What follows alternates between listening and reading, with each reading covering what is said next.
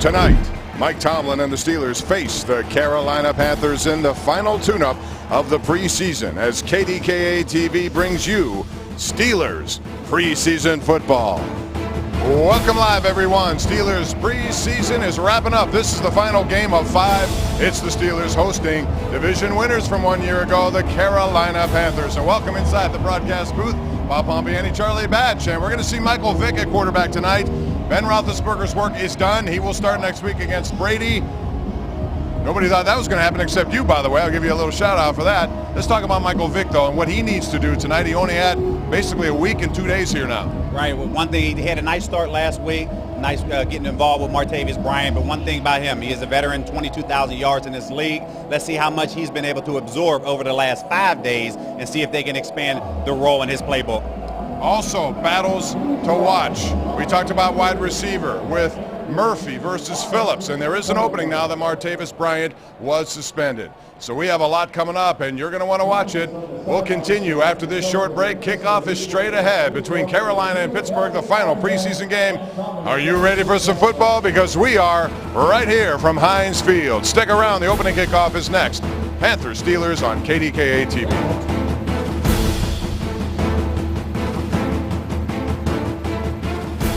By McDonald's. There's more to love at McDonald's. And by Ford F-Series, the official truck of the Pittsburgh Steelers. Visit your neighborhood Ford store today.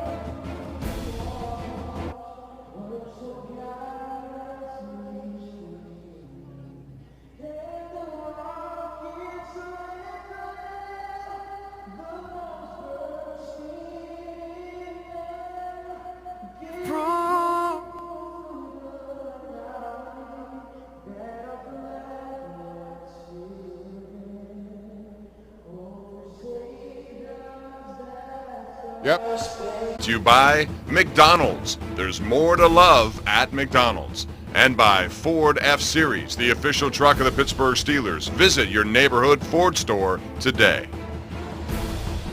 Welcome back to Heinz Field, everyone. Bob Pompiani along with Charlie Batch. We're getting set for the opening coin toss. There is Gene Steratore and his crew. Let's go down there. Ball is a tail. Visiting captain, call the toss, please. Call his heads. It is a head. You've won the toss. You'd like to defer? You'd like to receive? Which way would you like to kick? Stay right where you are. Pittsburgh will receive. Have a great night, men. So, Robert Golden, special teams captain, along with Ben Roethlisberger. They're going to get the ball. Carolina wins the toss, and they will defer. Ron Rivera, in his 5th season down there at Carolina, 32-31-1. 1-2 in the playoffs, but he has 2 NFC South championships, including last year, Charlie. They only went 7-8-1, if you remember. They kind of backed in. New Orleans went 7-9, but they got there, and that's all that counted. They gave Cam Newton a big contract extension this season. On the other side, it's Mike Tomlin, and he's excited to go. There have been some pitfalls. There have been some injuries that have hurt this team. He's aware of the news, and as he told me last week, he said, we expect Brady to play, as Kevin Colbert said, and he's going to play. So they weren't caught by surprise. They weren't. In all training camp, they were talking about whether or not Tom was going to start, but Jalopolo, he was a guy that nobody knew about. So they really went out, studied him throughout the preseason. I'm sure a lot of other teams within that first 4 games went out to study him because they weren't sure what he was capable of bringing to the table. But right now, we know as we go from a week of kickoff next week, this time next week, the Steelers will be getting ready to face New England, and they already know who their opposing quarterback will be, so at least that eliminates a lot of the questions this week. There you see Graham Gano. He's going to be kicking off for Carolina. Back deep, Dree Archer, number 13 for the Steelers.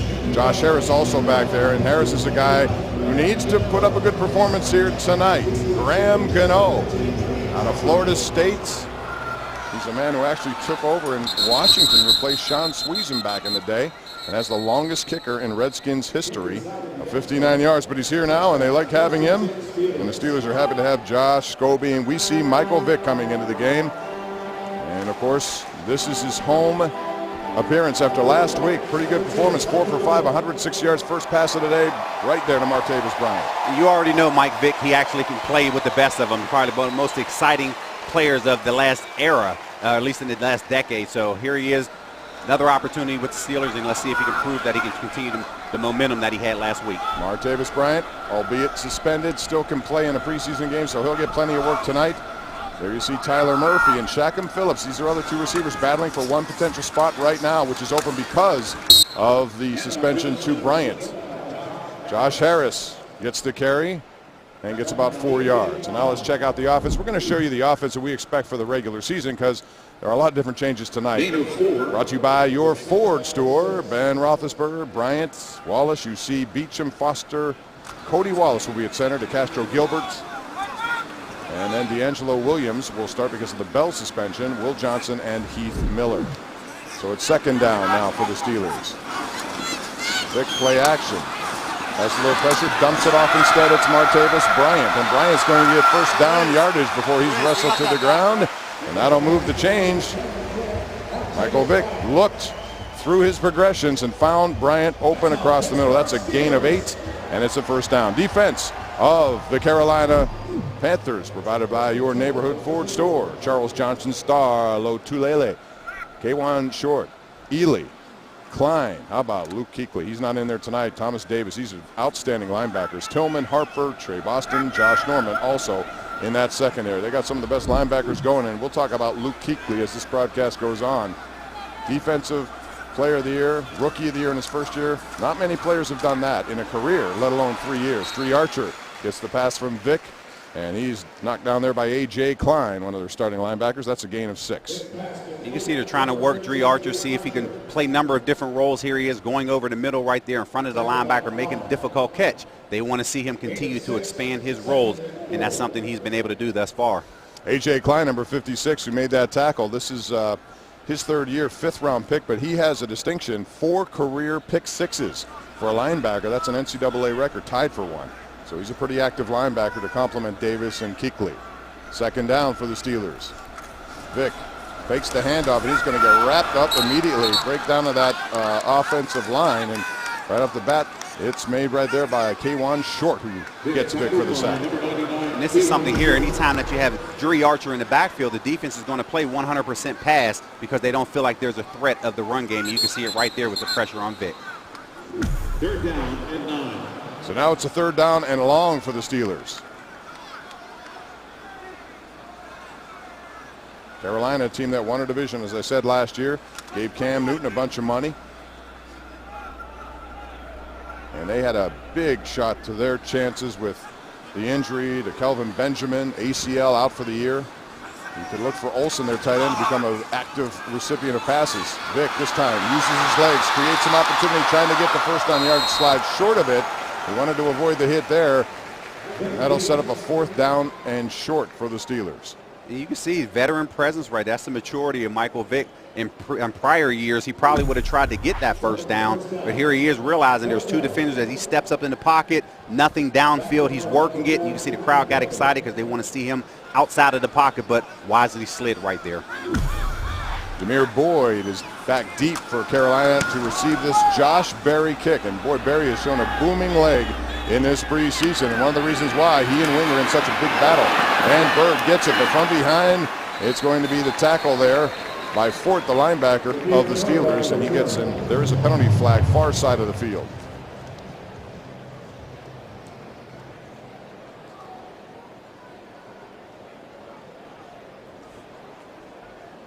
During the return, holding return team number 25.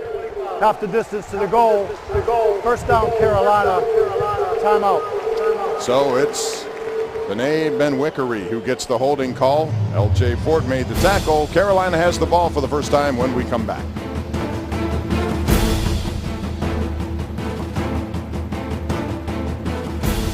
Quarter here at Heinz Field. Carolina ready to go on offense. Who is the real Stephen Colbert? Find out when The Late Show with Stephen Colbert premieres Tuesday, September the 8th after KDKA TV News at 11 o'clock.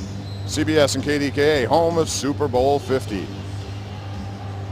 So Derek Anderson will be the starting quarterback here for Carolina, and Ron Rivera, guy who's been around since 2005, originally drafted by Baltimore. Had his only really big season. 2007, he led the Browns to a 10-6 record. Pro Bowl appearance, 29 touchdowns, 19 picks, and he has just been the backup here Not much action over 4 years in Carolina. Handoff right off the bat. And it goes to Cameron Artis-Payne out of Auburn. Now it's time to check the starting lineups, brought to you by your neighborhood Ford store. This is what you'll see in the regular season. Newton, Ted Ginn Jr., Corey Brown, Michael Orr over from Baltimore, Andrew Norwell, Ryan Khalil, Trey Turner, Mike Remmers up front, Jonathan Stewart, Mike Tolbert, and Greg Olson. And Olson's a guy, boy, he put up big numbers last year. 84 catches, over 1,000 yards. First 1,000-yard season for him. You can expect a lot of action from Cam Newton given the injury that we saw earlier to Benjamin. And here is Artis-Payne once again. He gets to the second level. That's a gain of 18 yards. 5th round pick this year. You can see right here on the Steelers D, just a counter play coming right to him. But if you look at Shamarko in the corner right there, Blake, both guys in the same gap, allowing the running back to slide right through that crease. They'll work on that communication, but as these guys continue to work together, they have to be able to feel one another out as far as what they're going to do. Cameron Artis-Payne was a backup to Shady McCoy at Bishop McDevitt back in Harrisburg. That's where he's from. Went to Auburn, and really is somebody they're excited about here. Now it's Anderson in the pocket, makes his completion before B.W. Webb is there to bring down the receiver, who is Corey Brown. It's a simple curl right here to the left. One-on-one coverage on the outside with B.W. Webb there. Picked up 9 on that play. So it's 2nd and short. Offensive coordinators love this kind of play. You do a lot of different things. Ed Dixon, the big tight end, in motion. They hand it to Mike Tolbert, the big fullback, and he just grinds his way to first down yardage and more. He's been a staple down here out of Coastal Carolina. Undrafted by San Diego, was a Pro Bowler. And how about this? He has 40 career touchdowns. He doesn't touch the ball much, Charlie, but when he does, it's normally right near the goal line, and he makes the most of it. Now it's time to check the starting lineups. Brought to you by your neighborhood Ford store. On defense, Cameron Hayward, Steve McClendon, Stephon Tuitt will be there next Thursday. Moat, Shazier, Timmons, and Jones. Secondary, Gay Mitchell, Thomas, and Cortez Allen. A big year for Cortez Allen, trying to bounce back. They need him at the defensive back spot.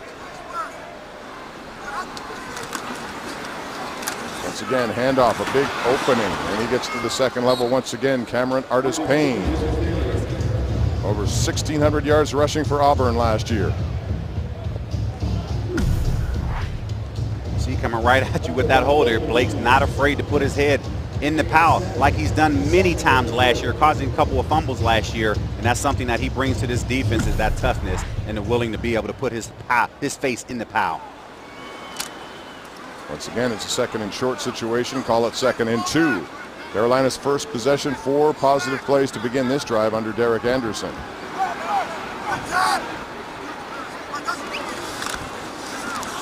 Once again, Artis-Payne churning, trying to get extra yards. He certainly gets first down yardage as they'll move the chains. Once again, first down Carolina. See another opportunity here for the defense to take a stop on 2nd and medium here, but they weren't able to do that at this point. But we're going to take a look at the keys of the game here.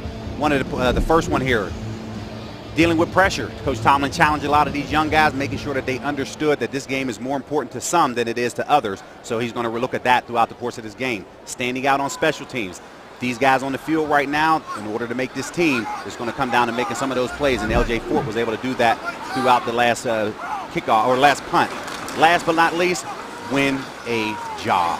Go out here and do what you have to do and make an impression on Coach Tomlin, so he makes it difficult come this weekend as we're putting this 53-man team together. Those are your Nissan keys to the game, presented by Charlie Batch. You look at Arthur Moats, who fits comfortably here, out of James Madison, 6th round pick with Buffalo back in 2010, signed a new contract to be in Pittsburgh. But you're going to see some young linebackers next week, and they're going to have their work cut out now that Tom Brady is eligible to play. And the secondary in particular, boy, they're going to need as much help as they can get back there, going to Foxborough, where Brady has had an amazing record of success. Now it's an inside handoff. Cutting to the outside and getting some extra yardage, and what a hit right there by Vince Williams, who comes up. That was Fozzie Whitaker who paid the price. And let's take a listen, Charlie, see if we can hear it.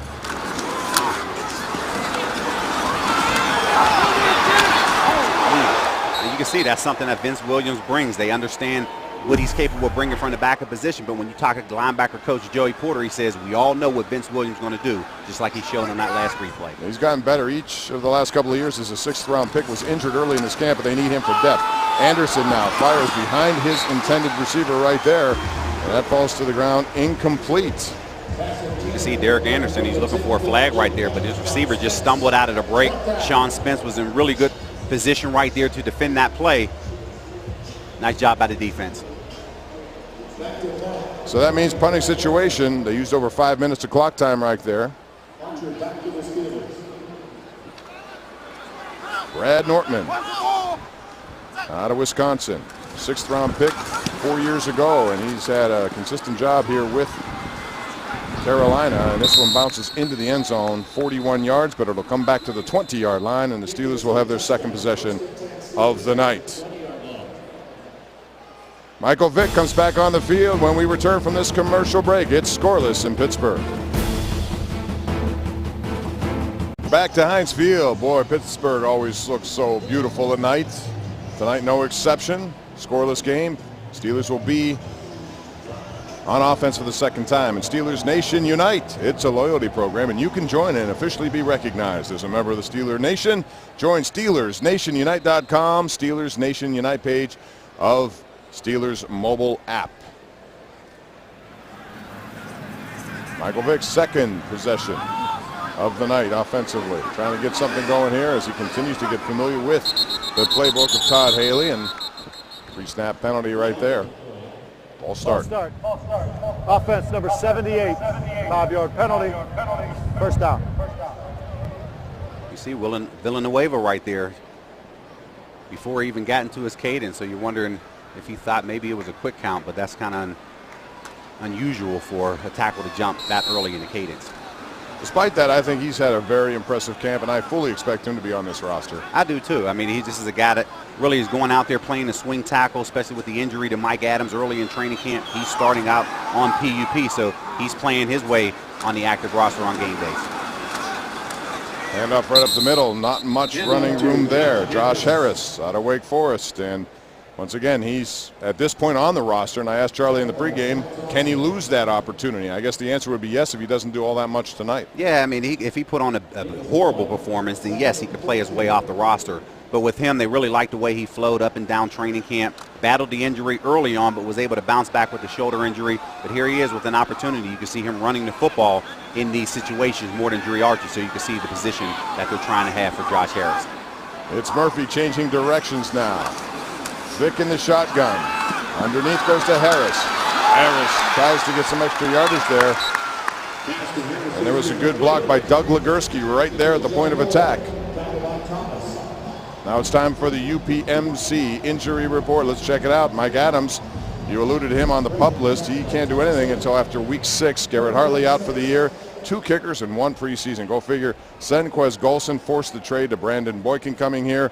Marquise Pouncey. So that means, as I asked Kevin Colbert, the Steelers next year are down 2 draft picks right off the bat. They don't like to do that, but when it's necessity calling, you got to answer it. They had to make a choice. A lot of people were out there upset because they gave a late-round draft pick, but it left you with no options. Pressure. Vick trying to get away and simply cannot. Looks like he tripped on Van Dyke's shoes, but it's going to go for a sack, I would think, right there for Mario Addison, although I think Van Dyke and Vick came together back there. You see there was nice pressure by Carolina here up front. And you can see it was Van Dyke ends up getting tripped up. He gets rocked back. He just has to get more balance there and not to allow Vick the pressure, or at least allow him to step up in that pocket in that situation. He wasn't able to get that. Now it's Brad Wing kicking this time. And again, it's Demir Bird. Lets the ball bounce, and it's knocked out of the air there by L.J. Fort. Ross Van Trone finally gets it, but it'll be marked up a little bit of a head as he made contact with it. Actually, it was Barry once again. It's Barry and Wing going at it. Those 2 guys have had very good training camps. Both have very good ones, and you can see right now, I don't know what Coach Tomlin or Danny Smith is looking at this point, but they had Jordan Berry right now out here leading in this particular situation. So I don't know if one has an edge over another, but that's a spotlight that we're going to watch.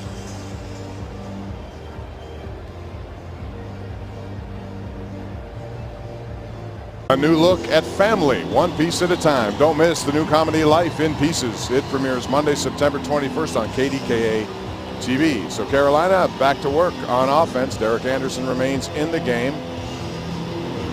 Fans here want to see a little action. They definitely do, and you can see Derek Anderson right there just signed a contract extension this week, so he'll be in Carolina another 2 seasons. So you know they're comfortable with him at the backup position. Yeah, so far 4 years in Carolina. He's only thrown 100 passes. 5 touchdowns, no picks, but he's a very good guy to have back there. Cam Newton is the main star here. We'll get to him in a second. As Carolina now goes to the run again. And once again, it's Cameron Artis-Payne still going. Finally, it takes about 4 Steelers to wrap him up. The running back. And that's a pretty good gain for Cameron Artis, gained 7 yards. And you know, Cam Newton, you go ahead and talk about the play and we'll get to Newton. Yeah, you can see them. They're trying to feature their running game as well, and this is going to be important for the Steeler defense in their front 7. So it's going to be interesting to see. This is how this game is going to unfold. Carolina wants to run the ball. You can see Pittsburgh just trying to get some things going with Michael Vick as they're jockeying back and forth. It's almost like a chess match right now. Artis-Payne now 6 carries for 42 yards. Again, he was a big-time contributor to Auburn. 1,600 yards rushing a year ago. He gets the ball again, following his blockers, but he's met up there right in the hole. Good play again by Vince Williams. And he laid the hit out earlier. He, as I said, Charlie, I think he's getting better and better. He's getting better and better. He battled some hamstring injuries in training camp, so he knows the importance of this Carolina game. Coach featured him in the team meeting and said, listen, here was Vince Williams a couple of years ago battling for position, but here he is now continuing to make plays. And I wouldn't be surprised if his number is called a lot more time tonight. So Keith Butler, new defensive coordinator. Once this game is over, then it all turns to New England with Tom Brady in that lineup.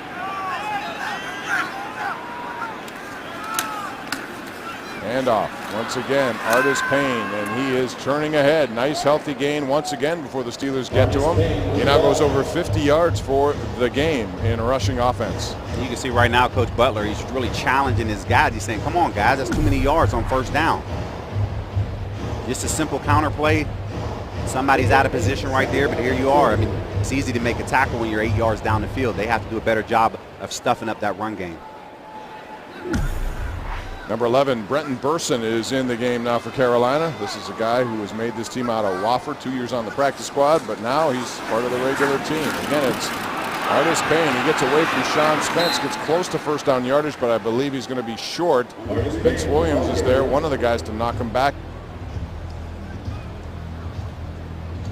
5 of his 9 carries have gone for 5 yards or more so far in this game against the Steelers. You see right here, just playing basically 7 on 7. I mean, 9 on 7. So when you look at 9 on 7 football, just basically running the ball without your receivers in that position, and they're able to get anything that they're needing up until this point, which is tough to see because you want to see that Steeler front 4 because they're switching from a 4-3 to a 3-4. You want to see that front 7 get some type of penetration here against that Carolina offensive line. First down. Artis-Payne, he has been the workhorse, and he busts through a little hole there before he's brought down by the Steelers secondary, Brandon Boykin, Shamarko Thomas, but he showed you the kind of burst they were excited about to get in the 5th round of this year's draft. Cameron Artis-Payne. And here he is again, just off the left side this time. And this is one thing that this Carolina Panther team can do. They've led the league over the last couple of years with rushing the football. They want to set the tone up front, and they've been very good. They've always had a good 1-2 punch here with Jonathan Stewart and D'Angelo Williams. For a number of years, they lose D'Angelo, but they want to see who that next guy is going to be in the Carolina backfield. First down goes to Tolbert, and it's well diagnosed by Ethan Hemer. Big number 79, who seems to get better and better, undrafted out of Wisconsin. Hemer with a negative play. He's a nice play here, nice penetration right there. Ethan had a nice job. He did a nice job last week, made a couple of plays, but here he is, penetration, getting his man in the backfield for a tackle for loss. That's something Coach John Mitchell, defensive line coach here, that will catch his attention. You mentioned Carolina found success in that run game, especially down the stretch, Charlie, last year. 975 yards in their final 5 weeks. That led the NFL, and that carried them into the playoffs. This is the end. We have reached the end of the first quarter. One occupied by Carolina, 9:28 of possession time in favor of Ron Rivera's Panthers. But there is no score after 1. You're watching Steeler football on KDKA TV.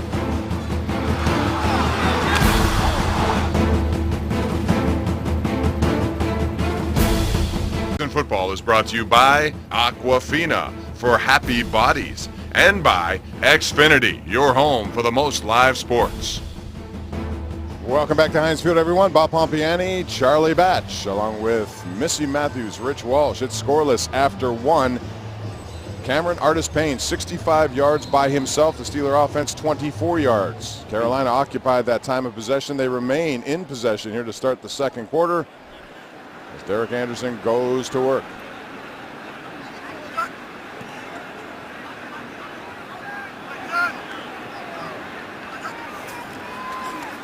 Anderson now dumps it off, and he's going to go to Fozzie Whitaker. Gets away from one potential tackler. Now he gets big-time yardage to the sidelines. That was a little dump off. The Steelers seem to have it well diagnosed, but Whitaker, who last year scored a critical 39-yard touchdown, the go-ahead in their wild card win against Arizona. They had it covered here pretty good. You can see Sean Spence. He reads the screen pretty good, just slips right at the end of it, slipping through the tackle, and picked up a huge first down because that was 2nd and 15 right there. They were able to pick it up. But when you talk about Carolina, one thing they love to do, since 2008, they have produced 15,000 yards, most in the NFL over that span.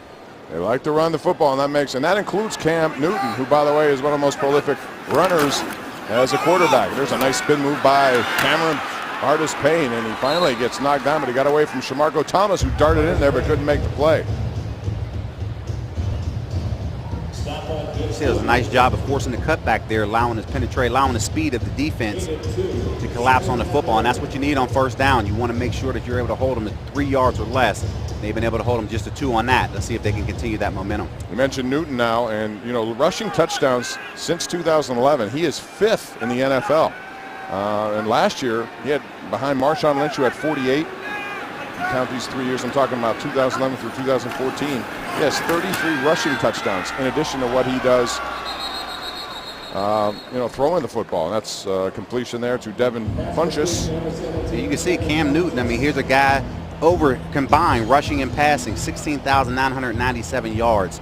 I mean, that's the 4th most in NFL history in a player's first 62 games. So you know how multi-dimensional this guy is, and he's a dual threat every single time. That 33 touchdowns over the last, from 2011 through last year, that ties Shady McCoy and only one behind Adrian Peterson for rushing touchdowns. Not counting. I mean, the guy can do it all, and that's why it's so difficult to defend him. Got a big contract in the offseason. A lot of guaranteed money. Anderson now as his man, Dixon. Dixon gets to about the 4-yard line before Vince Williams wraps him up right there. He was brought over, of course, won a Super Bowl with the Ravens, part of a draft day trade. You can see Anderson just going through his reads, finds a shallow route underneath, right in front of the linebacker there, picking up 7. And that's a nice play on first down, especially in the red zone. Scott Simonson, Brandon Williams, a lot of heavy offense, tight ends, and this is the 11th play of the drive coming up. Anderson so far 3 for 3 for 27 yards as they knock on the Steelers' door. Handoff now. And it goes to Cameron Artis-Payne. He doesn't have anywhere there. Good pursuit. Originally, Thornton, number 64, got in the backfield, beat his man, and that kind of made that play difficult for Carolina to execute. You can see right here, you see Cam Thomas comes right through the line, forces the cut back there. Or that was 64, I'm sorry. I thought it was Cam Thomas. But when you look at what he's been able to do, that was Mike Thornton causing that disruption in the backfield. That was a positive play right there, and you can see they were able to hold big third down in this situation. All right, so they bring in 3 wide receivers, a tight end, and Fozzie Whitaker out of the backfield for Derek Anderson. 3rd down. Scoreless game so far. Fade pass, it goes to Funchess, and that one's kicked and almost intercept. Good play there by the secondary, and you saw Blake, who's been doing that all preseason, get up and make a nice play on the big guy out of Michigan, who's 6'5", 236, Devin Funchess. You can see right here is either a slant or a fade. You can see Blake in very good position right here. Funchess, he had a hand on it, almost was able to make a play, and you can see right at the last minute, Blake making a play, and that's what you want to see in the red zone because he's a smaller guy. You know teams are going to throw the fade on him. He's able to defend it. He did a very nice job throughout training camp, working one-on-one with Martavis Bryant. 24-yard field goal now. This will be shorter than extra points that Graham Gano faces. Actually 23 yards. Puts it up and in. And Gano gets the first points of the night on a very long drive by Carolina, which ends in 3 because of a nice defensive play by the Steelers in the end zone. We'll be back with Pittsburgh back on offense. Second quarter action from Heinz Field. All right, we're back with more. Bob Pompiani, Charlie Batch in the booth. 3-0 on a 60-yard drive, 13 plays, and it took 7 minutes and 17 seconds. And this isn't fantasy as usual. This is DraftKings. Welcome to the big time. A lot of people getting set for not only football, but fantasy football. Always interesting time of the year. Gano kicks off. And this one is going to go out of the end zone, which a lot of kicks do these days, and the Steelers will get it at the 20-yard line once again. Graham Gano, since 2013, leads the NFL in kickoff touchback percentage. He's had 124 of those. That makes it a lot easier on your defense. We'll be right back. Pittsburgh on offense.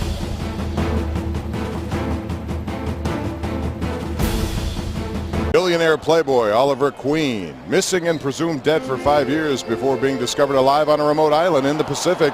Returning home to Starling City, he secretly creates the persona of Arrow to fight the ills of society. Arrow returns Wednesday, October the 7th, 8 p.m. Pittsburgh, CW. As always, the home of the Allegheny Health Network nightly sports call 7 nights a week. Call us at 10:35 on CW.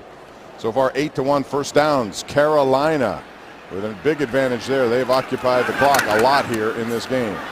And there is not much up the middle right there as they stuff that play. Let's go down to Missy Matthews with more on what should be a big season for two-time Steeler MVP Antonio Brown. That's right, Bob. And if this was not the 5th preseason game for the Steelers, you would probably think, by the way, Antonio Brown is dressed behind me with Le'Veon Bell, and the way he warmed up during pregame, that he was going to play tonight. The first team offense obviously getting a much-needed, deserved, and well-deserved night off, Ben Roethlisberger rocking the basketball shorts and T-shirt, but Antonio Brown fully dressed, went through warm-ups, and he's just taking in the sights. Stay on the sidelines. Bob, back to you. All right, Missy, thanks very much. Here's a pass that would have been or should have been caught by Roosevelt Nixon. He has it off his hands, goes incomplete. Antonio Brown, the 2013 co-AFC Offensive Player of the Year. What a year he had. How do you top that, Charlie? I know his plans are to top that, but that's pretty good. 129 catches. His plans are to top that, and when you talk to him, he had 129 catches last year, but he felt there were many more opportunities out there for him, and he got together with Ben Roethlisberger this offseason, and he wants the better that year. He doesn't want just a one-year hit. And you talk about players who were warming up. These guys were out here warming up because they know 7 days from now these guys are going through the exact same warm-up, but it's for real at this point. Third down now for the Steelers. Vic rolling to his left, fires behind his man, and it's going to be close to a first down, although it looks like it's incomplete. It actually hit the ground, and that was Tyler Murphy over there. And so the Steelers are going to have to find. One thing about Antonio Brown, it's a little controversial point about returning kicks. A lot of people love to see him do it because he's returned 4 for touchdowns. However, it is risky. It is risky, but I like him back there. You can see right here just a sprint left. Vic's not able to get his shoulders around, ball behind. Incomplete pass there. But when you talk about return game, I like exactly where Antonio Brown is at, and I'm okay with him being back there if we needed him as a returner. Once again, it's Jordan Berry. 3 punts so far, and this is fumbled by Demir Bird, but he picks it right back up, and it's Ross Ventrone. Boy, he's Mr. Special Teams over there. Ventrone makes the tackle, but Demir Bird had to go out of his hands. We saw that earlier in the preseason with a muff punt. Can't advance it. We saw earlier, but this one hit right on the shoulder pads, and he picked it right up. We'll be right back. 3-0. Carolina has the lead.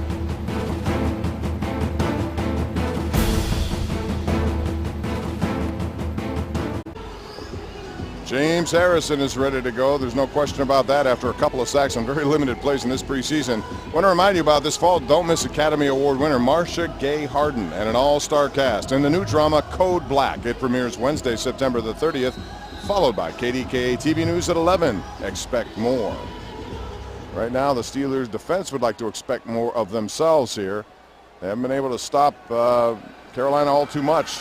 They tightened at the goal line the last time on a nice play by Antoine Blake on Funchess, but they turned that into 3. Here's a nice carry to the outside.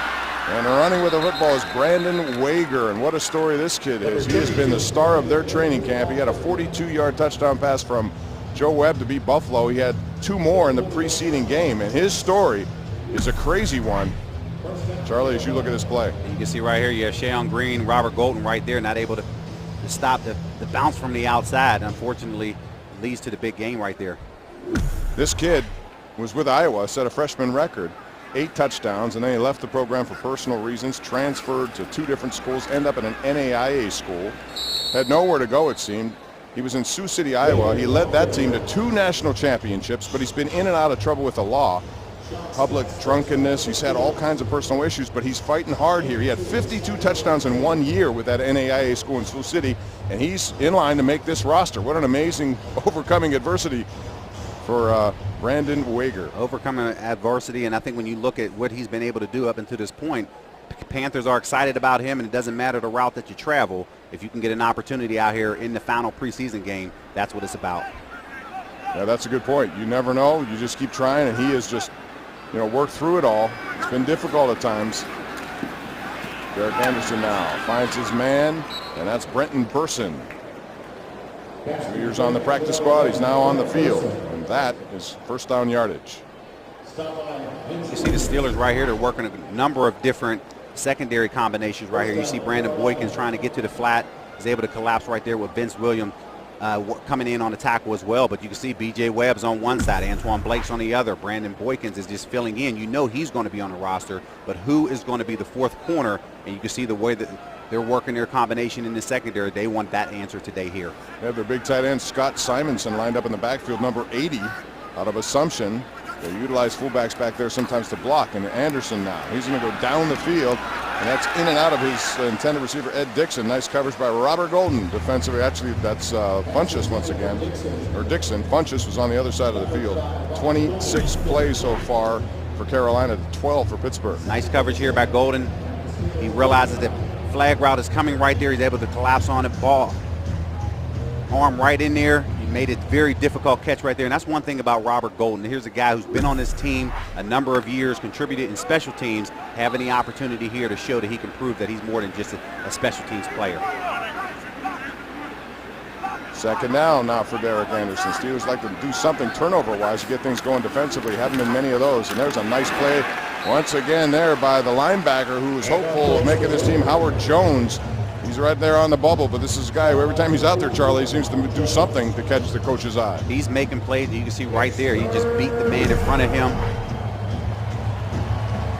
Coming in motion right there, just beating right in front. And that's something as a tight end you have to anticipate inside-out pressure, but Howard Jones was able to use it to his advantage and was able to come in here, tackle for a loss.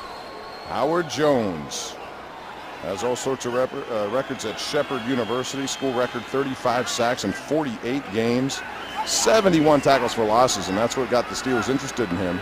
He made some plays last year in the preseason of getting on the practice squad. Here's a handoff right in the middle. It's Jonathan Todman. Todman out of UConn. He's at the 30, the 20, the 10, and he's on his way to a touchdown. Jonathan Todman just into the game. His first carry goes for 49 yards. He was the 2010 Big East Offensive Player of the Year, and he gets into the end zone. You see right there, we watch this replay, you'll see Shamarko Thomas in the middle of the field, one-on-one. You have to be able to make this tackle in open field. And right here, if you come in, Shamarko comes out of control right here, not in position, and gives up a big play here. That's something that he has to get better with, because even though it's a second or a third and long situation, it's not always 100% pass. He has to be able to read his P's. When you see that guard coming around, he has to get in better position. Yeah, those are things we've seen a lot of in this preseason. It's got to be a level of concern, Charlie, even though these games don't count. We saw it last week in Buffalo. Clay with a big 67-yarder. We saw the 41-yard run by Jackson before he was released in Buffalo, and now this one for 49 yards. Gano adds the extra point, and Carolina has a 10-0 lead. You can see he's upset at himself as he walks off the field. They're trying to console him when he gets to the sideline, but he'll continue to be better because he's going to be the guy out there next week when they play against the Patriots.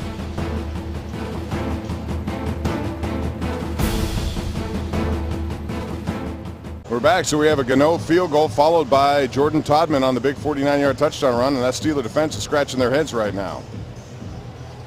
And remember, ladies and gentlemen, for the most up-to-the-date information on the Pittsburgh Steelers, visit Steelers.com. Updated daily, the website has the most extensive information on upcoming games, articles, live interviews, Steelers video. Visit Steelers.com every day for new information.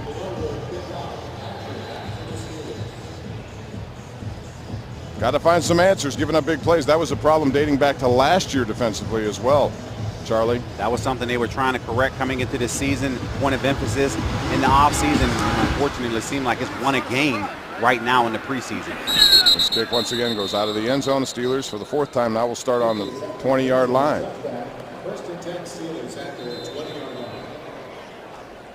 Michael Vick, there hasn't been much going on offensively as the Steelers try to get something going here for these guys. We'll take a break. Steelers down 10 here at Heinz Field.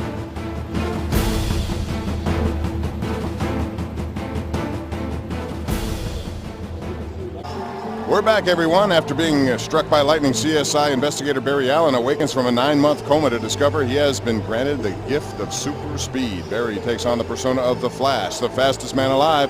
The Flash returns for another season Tuesday, October the 6th, 8 p.m. Pittsburgh's CW. And in case you joined us late, there's a flash to the end zone by Jordan Todman of 49 yards. Kid out of UConn just burned the Steelers secondary. Got to the second level, and he could not be stopped. Little pitch goes to Martavis Bryant at the 20, the 25.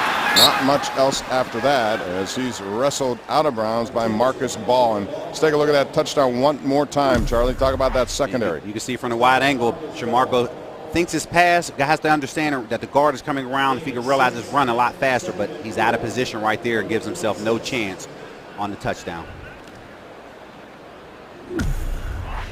They got a lot of good running backs on this roster here for Carolina. I mean, you know about Jonathan Stewart, what he's been able to do, and 2 really good fullbacks. Fozzie Whitaker came up with big plays. We saw Cameron Artis-Payne and Jordan Todman. Those 2 guys are going at it for roster spot, and they're both very good. At least they've had good camps. Here's Dree Archer smothered for a loss there.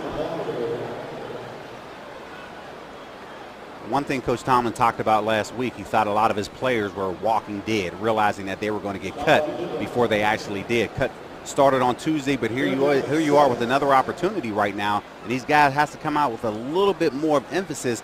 There's no momentum. There's nothing that these guys are really pushing for, and you can see the lack of energy translating, because here Michael Vick, middle of the second quarter, and he's still playing, and that wasn't the plan coming into this game. This second quarter is brought to you by Ford. Steelers are 0 for 3 on 3rd down here tonight. And now we have some movement again on the line. And it's going to be a pre-snap penalty once again. Offense number 64. 5-yard penalty. 3rd down. That's Van Dyke there. That's the second false start that the Steelers offensive line had. Not a good start if you're Van Dyke right here. He gave us some pressure on an early sack with Mike Vick, and here it is with the pre-snap penalty. Has to be able to push through here. 3rd down and long once again for the Steelers. They faced this quite a bit here tonight against a pretty good 2nd and 3rd team Carolina defense. Vick now under pressure again, and he goes down quickly right there. Man, that was a quick closer, and it was immediately done by Radim Cox, who came in. Kid out of Villanova. Vick had no time, Charlie. You can see right here, watch 64 Van Dyke. The push, he gets pushed back into Vick. Second time that's happened to him today.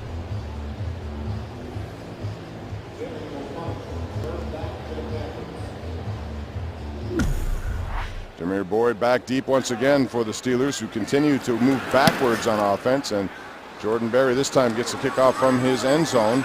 It's a good one.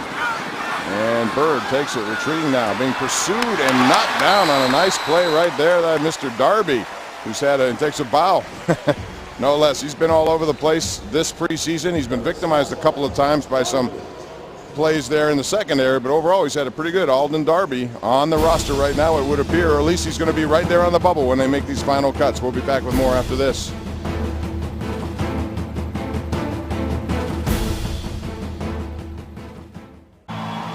We're back 10-0 is the score. Bob Pompiani, Charlie Batch up here. Let's go downstairs to Rich Walsh.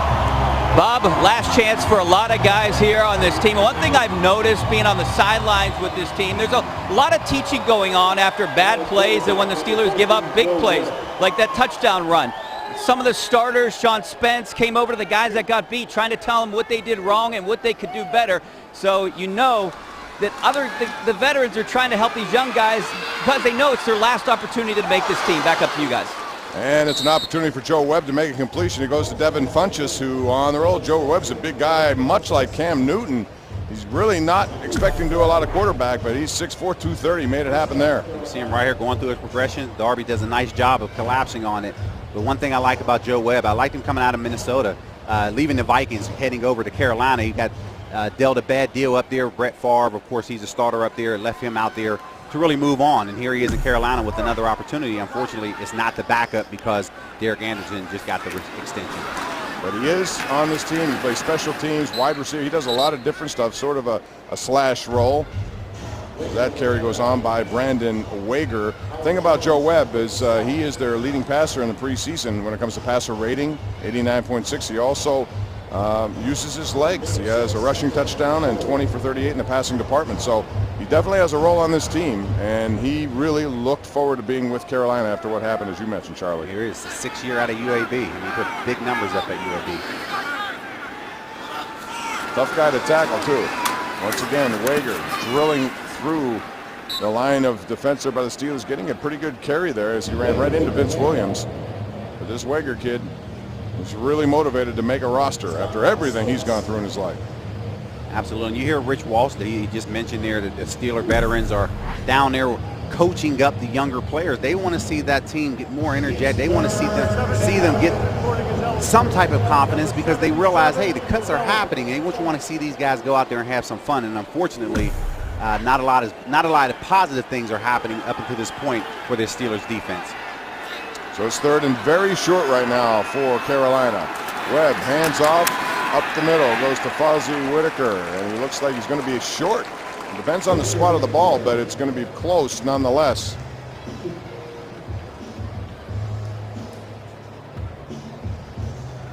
They're going to call it 4th down. Nice job of Steeler defense right there, but if I'm Carolina, why not go for it here on 4th down? The Steelers have done minimal stopping the run game. Worst case scenario, give them the ball at the 45-yard line. But here it is, Carolina going for it here on 4th down. And they bring in Todman in the backfield now. With Simonson, the tight end, is the lead fullback. Instead, it's going to be Webb who keeps it. Penalty flag flies. We're going to have an illegal shift here. Yes, we are on Carolina. Fullback tight end has to get set first before he starts his motion. He never got set. The referee's looking right at it. Illegal formation. Offense, number 78, left tackle was uncovered. It's a 5-yard penalty. Replay, 4th down. So that'll change things, and instead of having a first down, or at least something that looked like a first down, they're going to have to punt the ball away. And Dree Archer is going to go back to take this punt by Brad Nortman, who set a new Carolina record for average distance per punt last year. Dree Archer has yet to make a play here, a splash play as Mike Tomlin likes to call him. We haven't seen much. But that's a guy who needs to do more of that, come up with plays in these kinds of situations. Has to do more. He didn't have the opportunities yet in this game because the kickoffs have been going through the back of the end zone. But if he gets an opportunity here on this punt return, it wouldn't surprise me for him to take it. Calling for a fair catch. At the 10-yard line, a high hanger by Nortman. And it looks like Landry Jones is going to come into the game. Michael Vick, by the way, 24 passing yards. That's it. 20 yards of sacks. 2 sacks, 20 or so. Carolina's defense pretty much throttled them up. And now let's check out the Bordas and Bordas scoreboard. Remember, KDK TV, all your scores and highlights after the game on our late news and the Pirates and Brewers. Boy, I tell you, I don't know what it is about Milwaukee, but the Pirates cannot play in that building. They're scoreless in the 4th after losing the first 2 games. They really need to win. By the way, McCutcheon was voted Player of the Month this afternoon, so good news for him. The Nationals beating up on the Braves 10-1. Both the Cardinals and the Cubs are off tonight. That's your Bordas and Bordas scoreboard. Landry Jones goes to Archer, trying to find his blocking along the sidelines. That includes Martavis Bryant, who got lit up right over there by Mayo, the linebacker. And they want to see more of that from Martavis. They know he can catch and run, but they want to see him block. And this is Dree Archer reading the block. Bryant's able to stay with his guy and allows Dree to get outside for a 5-yard gain. Need some positive yardage. There's been hardly any offense by the Steelers. It's been all Carolina, thus they lead 10-0. But when you look at time of possession and field position, it should be more than that. Josh Harris going nowhere. And again, Carolina's defense taking advantage of the Steelers' offensive line. There was absolutely nothing to run through there, and Harris couldn't do much with it. Redden on the bottom of the pile. And this is where you want to see your backup step up. Starters are on the sideline watching. if they ever get the opportunity to play in a game, they want to see these guys go out here and compete. And this is something that you haven't seen thus far. And it's just upsetting watching this first half right here because you just don't see the energy from the Steelers right now. We've reached the 2-minute warning. Todd Haley trying to come up with something for these guys. They trail 10-0 here at Heinz Field. We're back right after this. Minutes left in the first half. Steelers are 0 for 4 on third down. They trail 10-0 here against the Carolina Panthers. Ben Roethlisberger. Next week will be interesting because he and Brady both on the field. Steeler players to a man have said they like the challenge, bring it on. That'll be the first time, I believe, in a kickoff game, first game of the year, you're going to have two quarterbacks with multiple Super Bowl championships on either side. So you would expect a lot of offense. The question is who can stop the other team. Both of those have struggled in the preseason. Andrew Jones in the shotgun. Nowhere to go. Tucks it away, and he cannot get away from the Panthers. Defensively, Rakim Cox once again was there, and he gets credit for the tackle. First charge, Carolina just playing man-to-man across the board. Nothing there for Landry. Tried to step up in the pocket. Was dragged down, and that's something Carolina has been able to do throughout this first half, put pressure on the quarterback. They sacked Vic, minus 20 yards in sacks, and he's one of the best in this game who has ever done it. And for him to continue to get sacked that way, you have to give credit to Carolina and their front four on the push. They are very good defensively. There's no question about that. And they got some big guys up front to make it happen. Normally when you look at their team with Charles Johnson, 3 consecutive years of double-digit sacks. And then their linebackers, as I said, Kuechly, Klein, Thomas Davis, back from 3 ACL surgeries. First guy ever to do that. They're going to get the ball back. And Namir Boy back to receive it. Now he had problems with it the last time.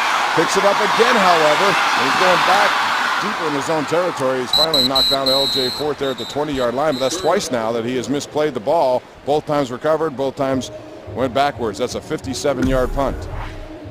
Second time for him tonight, and that's not what you want if you're trying to make this Panthers roster by putting the football on the ground, because Riviera is over there scratching his head, wondering if I can trust you. And if you continue to do that, there's absolutely no way that he's going to put you back there in the punt return situation. Marcus Lucas in the game now for Carolina, number 83 into the game for the first time. So Joe Webb will get an opportunity here. And this is something that they've worked on in training camp. 2-minute situations. Coach Tomlin always gives them scenarios, 142, 2 timeouts, and they need a field goal. And they want to see whether or not their defense can bend but not break in a 2-minute situation. Joe Webb in the shotgun now as he operates from his own 20. Plenty of time here. Handoff. Jordan Codman going nowhere this time. And Cam Thomas is there to make that play. So here Cam Thomas just reads the draw right away, and he comes right in here and make the tackle. And this is something that really they expected big things from him last year, moving over from San Diego, and he wasn't able to put it together. And it's unfortunate, but here he is with another opportunity. He's working for that backup spot on the defensive end. And let's see if he's capable of doing. They've even used him at nose tackle throughout this training camp. Steelers have been looking for some run stoppers. They brought in Phil Taylor, who was released by Cleveland, but that's not going to work out. Joe Webb now goes to Burson. Burson with Dangerfield in pursuit. Gets out to the 27-yard line. That's going to be short of first down, but he stops the clock with 1:16 remaining. Dangerfield, he's one of those guys who's working for that 5th safety position, and he's battling a number of guys. And here he is out here proving his worth on this team, whether that's active roster or at least practice squad. He feels like he's put enough good tape out there for Coach Tomlin to give him consideration on whether he's worthy to make this team. Steelers with 2 timeouts, actually all 3. Carolina still with 2, so if the Steelers make a stop here, you can expect them to try to do something with over a minute left. Webb now looking, finding Burson. Burson is taken out of bounds there by B.W. Webb, and it'll be good enough for first down yardage as they move the chains. See B.W. Webb in here in the slot from the inside out position, taking away anything down the middle of the field, giving up that out route, understanding that the sideline is the extra defender in that situation. Nice job by B.W. 81 on the field now for Carolina. Was just acquired here 2 days ago. Kevin Norwood. They released Jared Boykin as a result. Kevin Norwood was thought to be on his way out of Seattle, so they made a trade with Carolina to bring him here, and they need help defense or on the wide receiving position because of the loss of their big man, Calvin Benjamin. Another pass along the sidelines, and he's working it very well, and that is Marcus Lewis, who beats Alden Darby right there, and they just keep moving closer and closer. Now that's close to another first down. I think it's a little short. You can see Joe Webb here just working a simple out route, single high coverage. 12, typically it's 10 to 12 yards. We came up short because the receiver had to come back to the football, was able to get out of bounds, but he's able to stop the clock there. Webb now goes in the flat. Todman. And it's first down yardage. Stops the clock. Remember, coming up at halftime, in case you missed some of this game, quite frankly, I haven't missed all that much, but we do have the Rib Festival to tell you about. Mike Tomlin's interviewed at first half stats and highlights, and in the second half, we'll talk more about this regular season coming up and the expectations. According to Madden, the video game, Pittsburgh is well thought of. Could be a Super Bowl team, and a lot of people felt that way, but with things that have happened with injuries, you wonder if people fine-tune. I still think this team is going to score a lot of points. It's just a matter of how that defense comes together, because they have a lot of talented linebackers. Webb now overthrows his intended receiver, and it's almost picked off right there by Kevin Fogg as it go to the ground.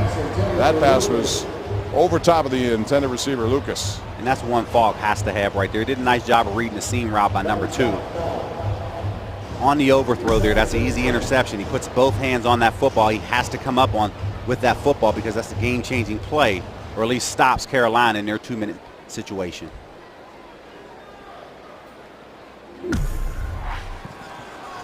So now 28 seconds left now, as Mike Tomlin would like to see a turnover, something on defense here to close this first half down 10-0. Carolina trying to get in field goal position at the very least.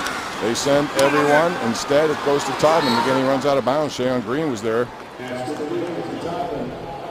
Methodically working down the field is Joe Webb.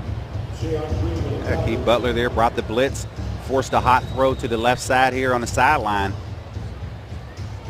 And that's exactly what you want. You want get the ball out of Joe Webb's hand in this situation. Unfortunately, you're sitting here with 23 seconds left. They still need about 15 to 20 yards to get in comfortable field goal range. So if you come up with a stop here, that's a big win for your defense. 3rd down and 6.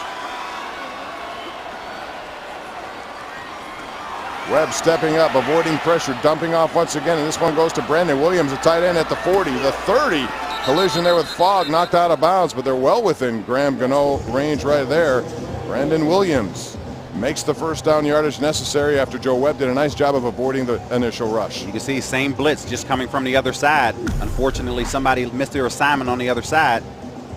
Carolina picks it up. Joe Webb steps up, and receiver running right underneath, and he's able to pick up that yardage needed to get in the field goal range. So expect Carolina here to maybe run the football here and kick a field goal as they get out of this half. That was a gain of 22 yards on the combination. Webb to Williams. Joe Webb now looking sideline, has his receiver Brenton Burson once again getting closer for Gano with 10 seconds left. So still you can get another play off. You have 3 timeouts if they choose. Otherwise, the kicker's getting the shoe ready. Hey, here you are on 2nd down. You still have 2 timeouts. They could possibly take a shot down the field, but they want to see what Joe Webb can do in this situation. I thought they were going to run the football there to kick the field goal, but no. Coach Riviera wants to put the ball in Webb's hand and see what he can do with 10 seconds. Burson's been a very good developer of their system. He started 2 years on the practice squad. Now he's making plays, and he's going to be on this roster. Webb now over the middle, looking in the end zone and finding his man for the touchdown, Marcus Lucas out of Missouri, and that culminates an 80-yard drive in a 2-minute drill. And Coach Ron Rivera has to be happy with that, and Carolina has really dominated play here tonight. They really have, and they just beat Grant on an out and up. Bit on the out route with the pump action, and there it is, easy touchdown for Joe Webb. 23 yards on the strike.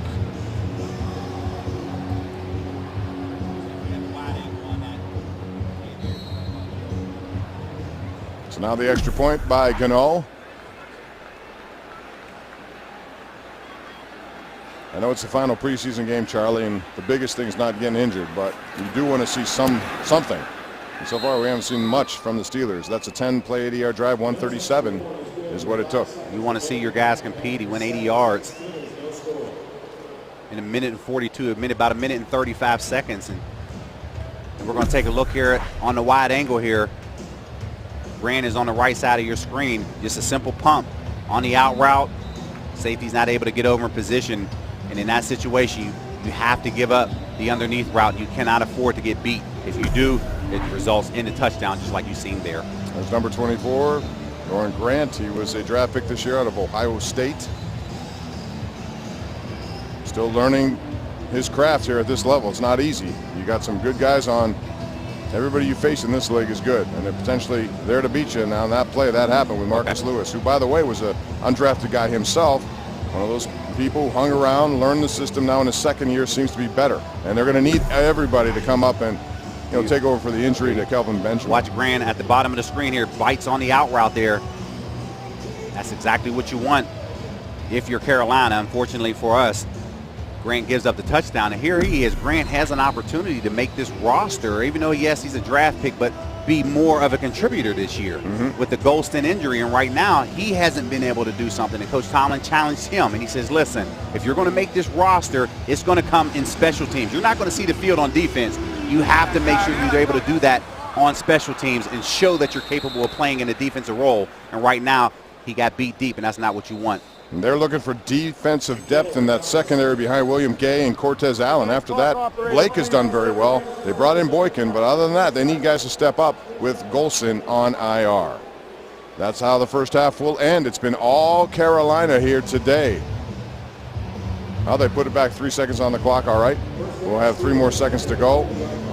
But Carolina struck first with a Gano field goal, and then it was the Jordan Todman 49-yard touchdown run, and then the 23-yard touchdown pass from Joe Webb to Marcus Lucas.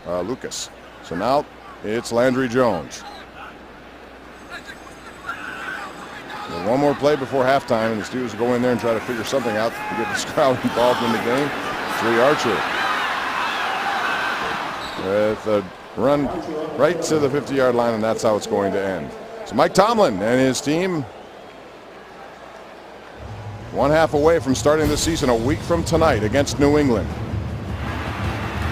We saw good work there by Cameron Artis-Payne, and then it was Todman getting into the end zone.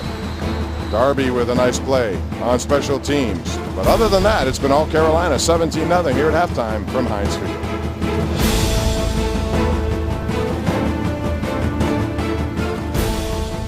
Tyler Murphy with a ball over there. You wonder if he's going to get some action at quarterback. He's throwing as if he is, although Mike Tomlin said that wouldn't be part of the plan, but maybe he changed his mind. He can do both. It'll be interesting to see here. I mean, a lot of guys right now, you talked about playing for jobs, want to see the special teams, but let's see if he's able to kick the ball out of the end zone, something he was able to do in Jacksonville. Let's see if he can carry that on here in Pittsburgh. We haven't had a chance to see Josh Scobie. Jordan Todman is back deep. He has a touchdown already in this game of 49 yards. But no field goal opportunities there available. But the Steelers are very happy to get this guy, considering what they're facing. You don't often see, if ever, two kickers go off on injured reserve to end the season before the season ever starts. They were in a position where they had to do something, so they traded a 6th-round pick to get him.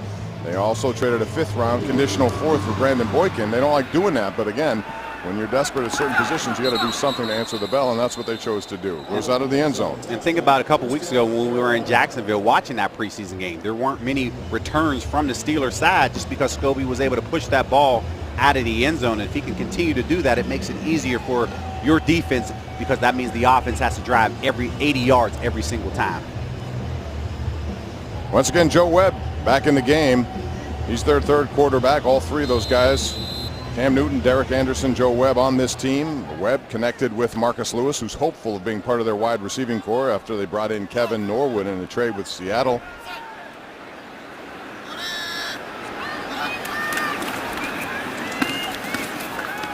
Wager, the running back. Hit there by Vince Williams, who's been one of the more active players on defense, making plays. But Wager had a nice 15-yard run in his very first run of the night. Adds on about 4 right there. We talked earlier in the first quarter, I expected to hear Vince Williams' name a lot throughout the course of this game. And here he is coming out in the second half, making the tackle on the opening play here. But Vince is somebody, a leader on that defense. He wants to show that he's more than just a special teams guy as well, because we know he's capable of stopping the run. Inside handoff once again, Wager. Williams along with Dangerfield there to make that play. He made a big hit last week. You remember, Charlie? Dangerfield laid out a receiver on a punt return. Right on the sideline. A lot of people were talking about that, and you can see he was excited. He was getting going, and he wants to get into that groove. He sees an opportunity here on this Steeler team if he's able to get the opportunity. And right now, here he is, taking advantage of his chances. Did so last week. Here he is in the second half, proving his value to this team. 3rd and 2 for Carolina. Steeler defense trying to get the ball back and have something on offense. And there's a blindside hit, fumble, strip sack. Carolina recovers it, but a nice job over there by Hope. We also got a flag on the play, but I tell you what, Howard Jones has been all over the place. I said he came around, beat his man. We'll see what the flag is. Unfortunately, it looks like he's going to be offside. He got too good of a jump in that situation. Looks like they're going to call the offsides on him. Offside. Defense. Number 44. 5-yard penalty results in a first down. They work that get-off drill every single day. Coach Joey Porter works it, making sure that they're watching the ball. And when you edge as close as you possibly can, there's no room for error. He just got the jump. Helmet was offsides, and the referee's there to call it. Last year, he actually scored in the preseason against the Giants. A 28-yard fumble return did Howard Jones. He also recovered another fumble the following week, so he's been active. We'll see what it leads to in terms of getting on the practice squad. I would have bet at this point it's his best bet. Nothing much there. Steelers stuff that run. And that's Walton on the bottom of the pile. Mike Tomlin very stoic right now, as you heard him say at halftime. Not very happy with these guys. A lot of them taking opportunities and not doing much with them. And earlier in the broadcast, the first point, the keys to the winning to the game was pressure. He understands that he has to make cuts, but he wants to see how do these guys hold up to pressure situations, seeing if they can perform well. And right now, that's the evaluation process going on with Coach Tomlin.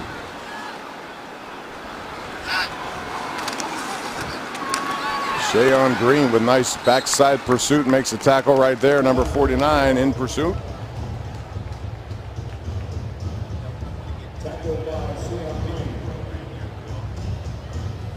Steelers open up a week from tonight, Charlie. A lot of people excited about that opener.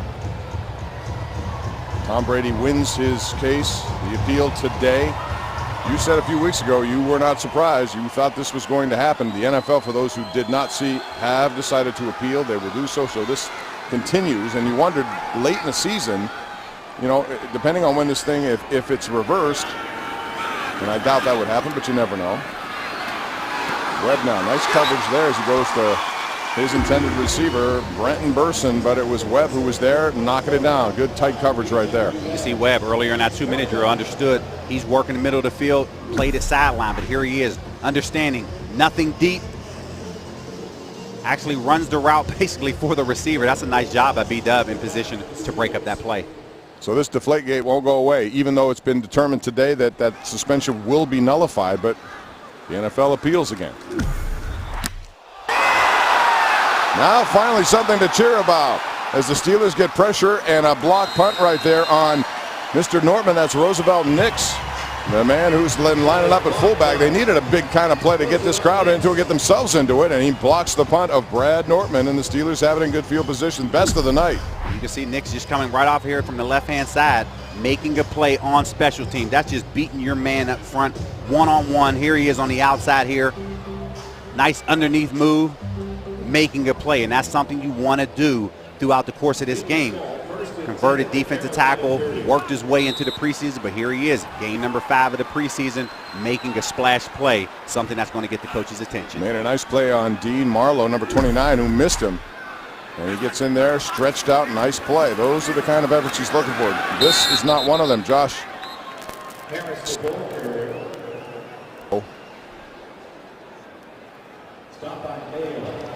That's just a miscommunication right up front there. That's the Mike linebacker working in the middle. Always have to account for him. Unfortunately, the Steelers' offensive line didn't have him in the run count, and he was just able to make that play easy. Jared West in the game now. He has not seen much playing time at all, number 15, which was worn by David Nelson before he got injured. They brought him in.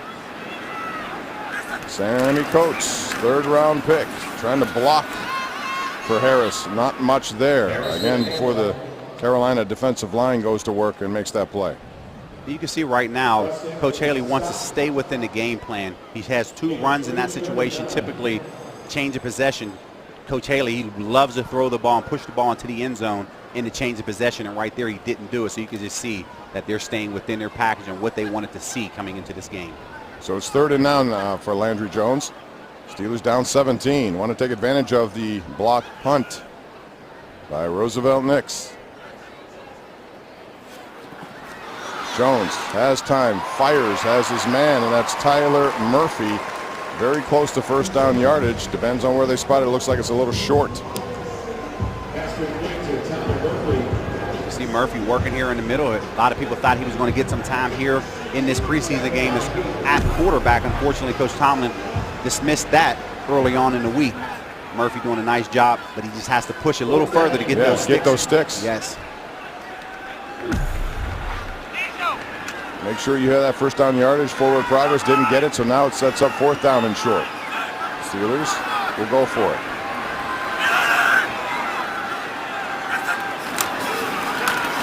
Harris with a nice hole over the right tackle, bumps into one of his own guys, but has first down yardage and more. That's the best play of the night for Josh Harris at running back, taking advantage of some nice blocking, and the Steelers convert on 4th down. Steelers love the acceleration that Harris is able to bring. Nice vision, cut back, finding the weakness of the defense here. Just watch him here. Foot in the ground, makes the cut. Able to make the safety miss, but when you're the receiver out there, you got to hold on to your block. That's something you can't have because you never know where that play is capable of going. And if he was able to get that block, maybe Harris is able to pick up more.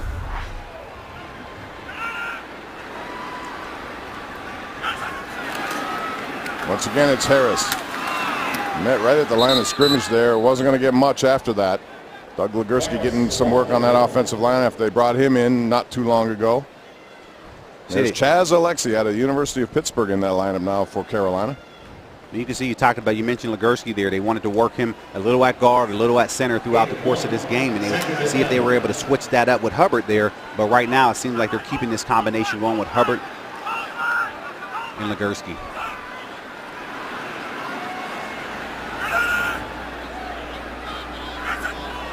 On 2nd down, Landry Jones goes to his man, Jared West. A little bit of yardage, not much there on the slant pattern, just a gain of 3 yards. We saw Chaz Alexi on that lineup for Carolina, number 65. He's a guy out of Pitt, went to San Diego, got released. He had a good senior season, which got him an opportunity in the NFL with the Chargers. 9 sacks for Pitt in 2010. Panthers will be opening up here Saturday at home against Youngstown State in Pat Narduzzi's opener. 3rd down now for the Steelers. Landry Jones trying to get some points out of this. A block punt by Roosevelt Nix leads to a pass in the end zone into really tight coverage there, and it goes off of several fingertips. Tyler Murphy was the intended receiver. Dean Marlowe, the man who was victimized by Nix on that block punt, made the play. Murphy was trying to work the out and up here in the middle of the field. Pushes up, unfortunately, can't hold the backside safety, but the linebacker was able to get deep enough, get a hand on the ball, and force the incompletion.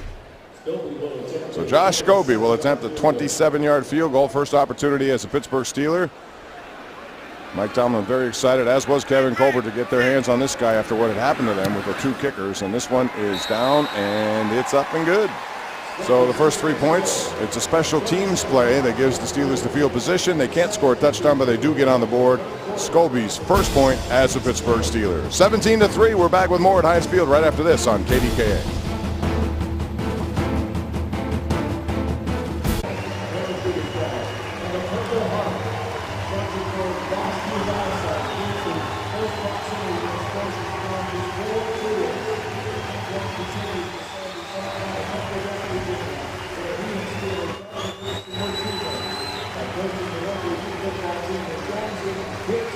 Steelers finally get on the board. 27-yard field goal by Josh Scobie. I want to remind you this fall, a new look at family, one piece at a time. Don't miss the new comedy Life in Pieces premieres Monday, September 21st on KDKA TV.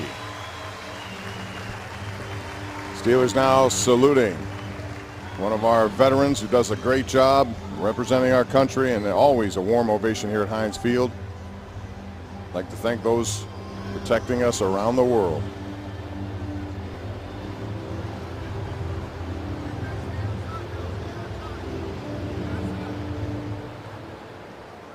All right, Scobie's going to kick off now, and once again, one of the bigger legs in the game, so you wouldn't expect a return here, although Jordan Todman is back into the end zone. He's already had one touchdown tonight of 49 yards on a run.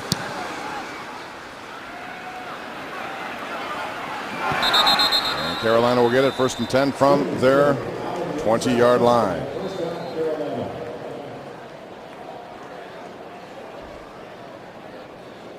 We're going to a break. 14-point deficit facing the Steelers here in the 3rd quarter from Pittsburgh.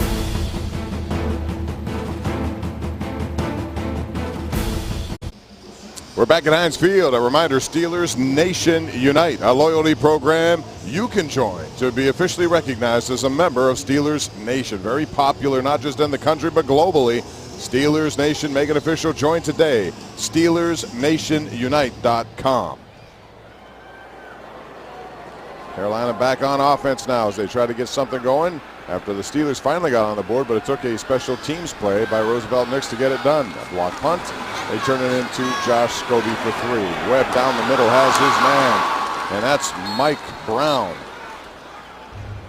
Nice route, 24 yards on that completion. You see Webb here. Linebackers have to get deeper than what they did. I mean, that's just a simple seam route. He wasn't even running on the in route, so I think Webb just saw a weakness in the coverage or a breakdown and was able to get the ball up and down in a hurry.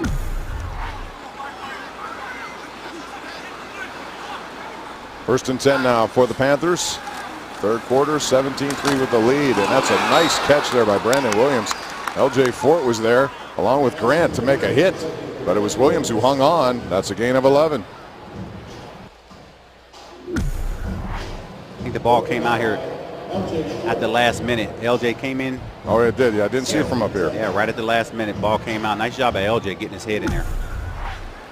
Yeah, did not see it up from our vantage point, but yeah, the hit actually had a difference, which is good to see. And now here's a handoff again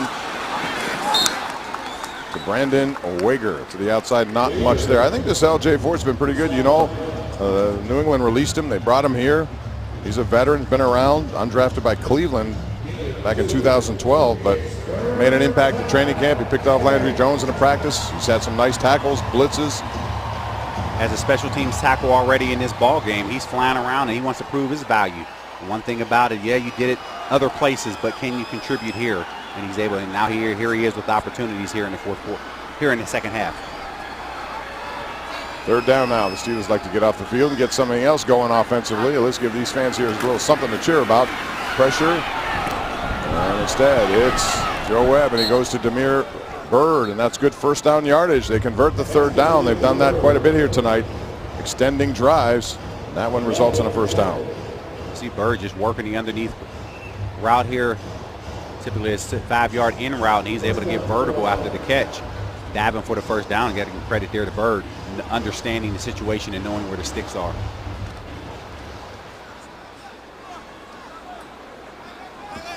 This offense, of course, will be led by the running of Jonathan Stewart, who combined with D'Angelo Williams for so many years. And we'll see Williams next week as the starter for the Steelers in New England. And Brown now.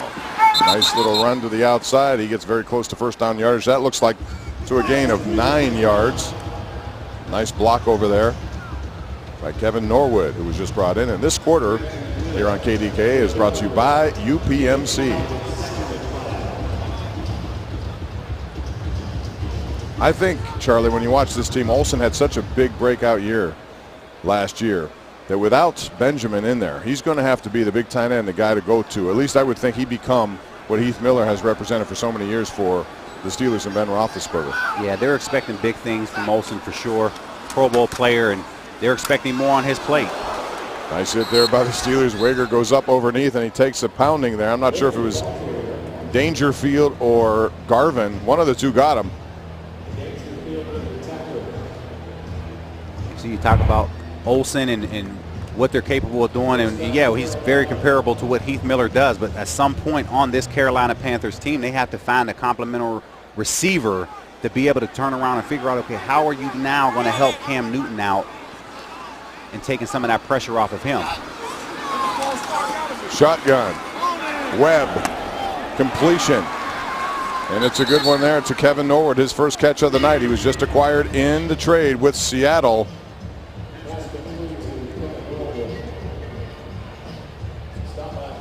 You see Fogg right there on the curl route. One-on-one coverage here, there to the outside. Very soft on his defense, but that's expected. Coach Butler's not bringing a lot of pressure. He did so in that 2-minute drill, but right now he just wants to see his guys line up. There's pressure. Yeah, and he gets it off this time to a big tight end, Scott Simonson. And he gets good yardage down to about the 11-yard line and looks very close. So what do you expect from the Steeler defense? It is young. We've talked about it. Next year, right off the bat, could be baptism by fire by a lot of guys. And that secondary needs help up front if they're to get to Tom Brady. But that offensive line in New England at home is tough to get to Tom Brady. Yeah, it's tough. You want to put pressure on with your linebackers and at least that front seven. The problem is the secondary hasn't worked a lot throughout training camp. So that's something they're going to have to get better in a hurry, especially whenever you're playing 7 days from now. There's a pass to Brown. It looked like it hit the ground, and it did. He was going to get up and run with it, but you got a lot of linebackers with big resumes on the Steelers. I think Shazier has been terrific this training camp. We haven't seen much of Lawrence Timmons out with the toe. Jarvis Jones, Bud Dupree looked good at times, feeling his oats, Charlie. So those guys still are going to have to be the big playmakers and take some pressure off that secondary with so many younger guys behind Gay and Cortez Allen. And you had that young guy, the young guy presence, but right now they're going to go with James Harrison. They know what he's capable of bringing to the table. You know he could put pressure on a quarterback, and that's something that he's been able to do throughout the course of his career, and they're going to lean on him in big ways. And we saw it already in this preseason. Webb, with time, throws over his intended receiver there in the end zone. Once again, it's Scott Simonson. This is going to be the 11th play of this drive. And boy, Harrison off the ball so quickly in the sack against Aaron Rodgers. We saw him just go right around Luke Jokel down in Jacksonville. He hasn't played all that much, but boy, he's made 2 of the better plays in this preseason. They know what to expect from him. They want to see the younger guys, but one thing about James, he's going to bring it every single play. He knows how to get after the quarterback, and the one thing I love about him is not just a sack, but he is ball savvy, and he's always going for the strip because he wants to cause the fumble, and that's something he's done throughout the course of his career, and that's what makes him one of the best. Webb again now. Pressure. He's trying to get away from Anthony Chickalo, who tries to run him down and can't. This is where Webb is good. Boy, he delivers a hit there to Terrence Garvin at the sideline, right about the 5-yard line. Webb's a big guy, as I said. 6'4", 230 pounds. And when he starts running, watch out. You see it right there. Pressure outside, but Webb does a nice job with his feet. He's able to get up the field. But unfortunately, when you look and see where the Steelers were at, that's one of those things that they use it to their advantage. Play back, drive on the football, and they've been working the sticks route a lot throughout training camp, making sure that they force the underneath throw. And right there, they were able to contain Webb. And with 3:16 remaining in the third quarter, it's Graham Gano who will be attempting this easy, relatively chip shot for him. That's his second 23-yarder of this game. And so Carolina gets those 3 points right back. The Steelers score to get on the board. They erase it with 3 of their own. So it's now 20-3 here in Pittsburgh. Third quarter action returns right after this on KDKA TV.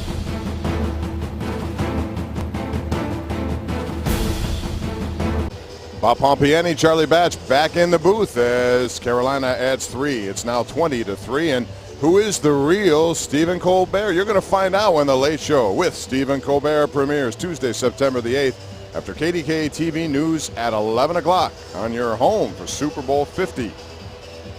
Time of possession so far, 27-49 for Carolina. Every time they get the ball, they put together extended drives. The Steelers got their only points as the result of a block punt by Roosevelt Nix. It turned into a Josh Scobie field goal, but that's been it. Let's see, Charlie, if they can get something going on another special teams play.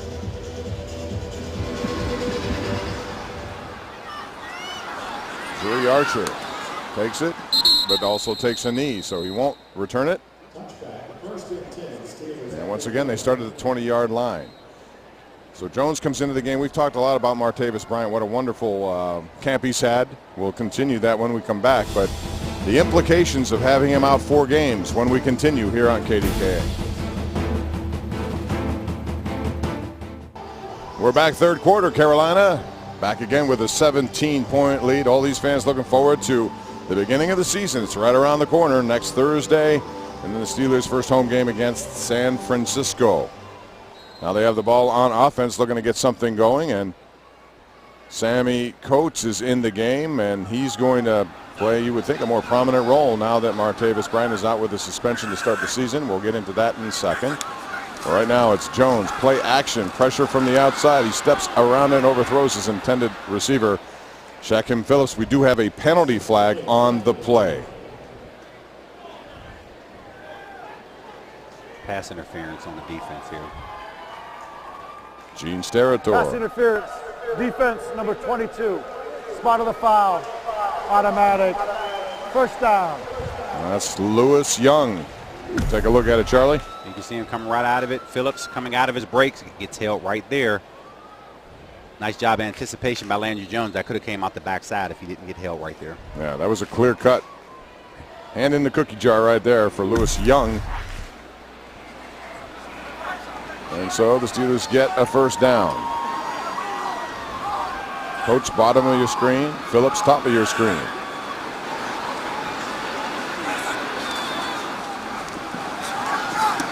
This goes to Coates, and it's almost picked off over there by Dean Marlowe. He got his hands on it, but the kid out of James Madison dropped it off. He had a couple of picks 2 weeks ago against the Bills. Did a nice job of breaking on that out route there. Wasn't able to hold on to it. Ground caused the fumble. Not the fumble, but the incomplete pass right there. So Marlowe trying to put up his preseason to get a spot on this safety position. He went undrafted. He also has the distinction of picking up Cam Newton in practice, and Ron Rivera commented on that when it happened, said it was a nice big-time play. He's shown instincts here. This is a Trey Archer, goes down immediately. He was going to get run over right there, it looked like, and he went down quick.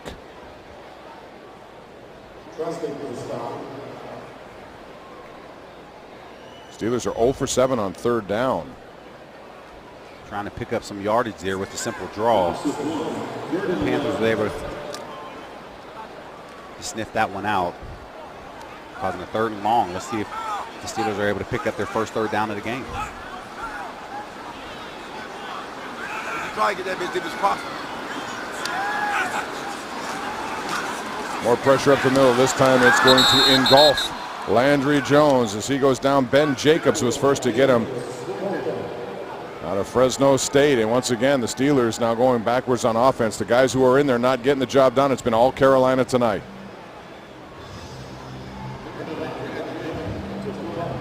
Todd Haley's not happy right there. Coach Tomlin's looking up to see who gave up the sack. He's talking to his guys as they walk off the field. He wants to see more fight. So now it's Brad Wing, his opportunity in this tightly contested punting battle between two guys from Melbourne, Australia. Mike Brown lets it go out of bounds, has no choice there. We'll see where they spot it. Right at the 29-yard line. That's where Carolina's going to get it. We're going to a break. Carolina has a 20-3 lead. They'll be back on offense when we return to KDKA.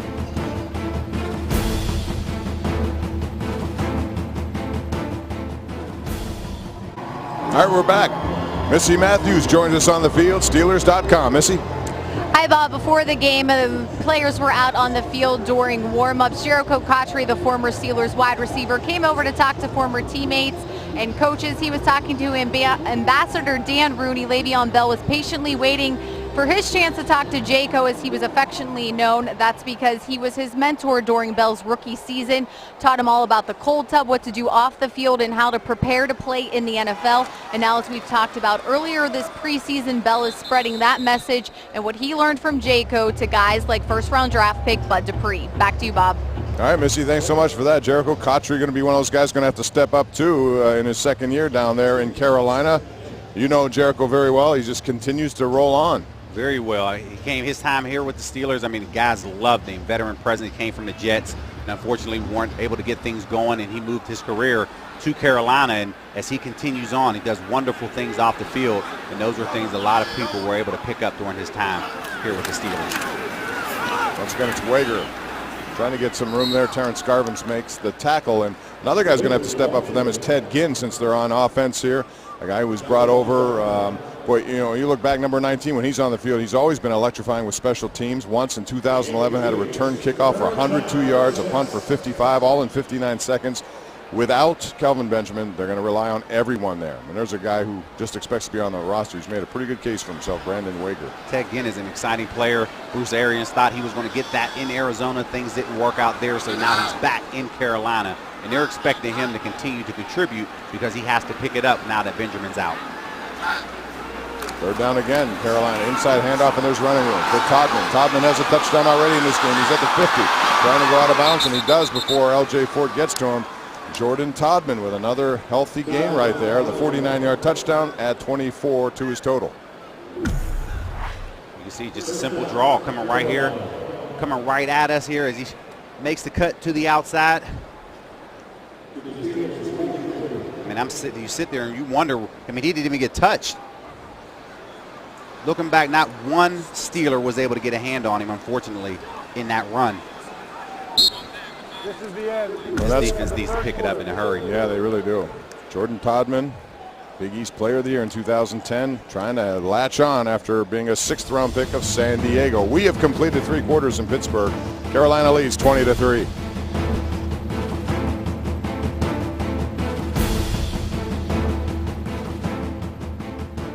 Steelers preseason football is brought to you by McDonald's. There's more to love at McDonald's. And by Ford F-Series, the official truck of the Pittsburgh Steelers. Visit your neighborhood Ford store today. We're back here in Heinz Field. Bob Pompiani, Charlie Batch, Rich Walsh, Missy Matthews. Steelers down 17 points. They have to get this defense going to stop Carolina, which has really owned the time of possession here all night long. Webb goes to Wager again. Up the middle, just keeps the legs moving and gets pretty good plays. We do have some Ironmen in the building. I know we saw some of the best of the Batch Foundation, but this one, I mean, who is? You can see it right Who is there. this Look, guy? that's my sister Danielle, my little brother Vernon right there. He's a little upset he's in the picture right there, but look at my face, though. I didn't want to take that picture either, but here I am. Number 7. Working with the Steel Valley Ironmen in the Mid Association. You can see the Mighty Mites was here playing at halftime. It was exciting to see those guys come out here, play at halftime, get an opportunity to hold the terrible towel, meet some of their favorite Steelers, man. It was an exciting moment, man. I'm just happy and proud of those guys that they continue to work toward championships this summer. Pass over the middle, right on the money, and it goes to Kevin Norwood, just acquired here, dragged down by Grant, but not before first down yardage. That's why they acquired him in a trade with Seattle out of Alabama, 3-time BCS national champion. You see, just working the timing route on the skinny post. Hard to cover when you complete that on time. You can see him right here just working a route. Was able to get Grant turned around. Ball right front shirt pocket. He was a 4th-round selection by Seattle last year, and for some reason didn't get the opportunity, and now he's here. There's Wager turning around. A nice misdirection run there as nothing was available outside. Cut it back inside. Gets some positive yardage there. This entire game has been nothing but Carolina. They've been running the ball at will, something they've been very good at since 2008. They've rushed for over 15,000 yards as a team, most in the NFL during that span, and you can see them continuing to work on the exact same thing that they expect to do during the regular season this year. Handoff. Wager again finding nothing up the middle. It's Terrence Garvin who was there first to get him down to the 6-yard line. Under 13 minutes left in this preseason. Steelers a week from tonight open it up against New England. You're looking at Anthony Chickillo. He came on strong. You know, he had a very good beginning to this camp, and lately things have kind of evened out that way. And they were expecting big things from him, like you talked about. He had a great start of camp, and just trying to see where he fits in, and let's see if he continues to make those plays. But I think there's a spot for him somewhere on this team. 3rd down, and Carolina has been very good at this down tonight. Steelers, on the other hand, have not. Let's see if they can come up with something here to stop this team. Webb, pressure, and there he goes. He was down, but he got it away because of his big size. And that's not going to go for anywhere else. Garvin and Ventrone put the pressure on Joe Webb, and because he's a big guy, he somehow kept the play alive and got it off. See, Webb was trying to look to the outside there. The receivers got jammed up. Nice job by the defensive backs there, but there it is, Garvin forcing the pressure. And the Steeler defense was ready for that play. Yeah. Send everyone in. Make quarterbacks make quicker decisions. That's the whole point of it, and they got into his face. He still got it off, however, but the Steelers had it well diagnosed. So now it's Graham Gano, 27 yards.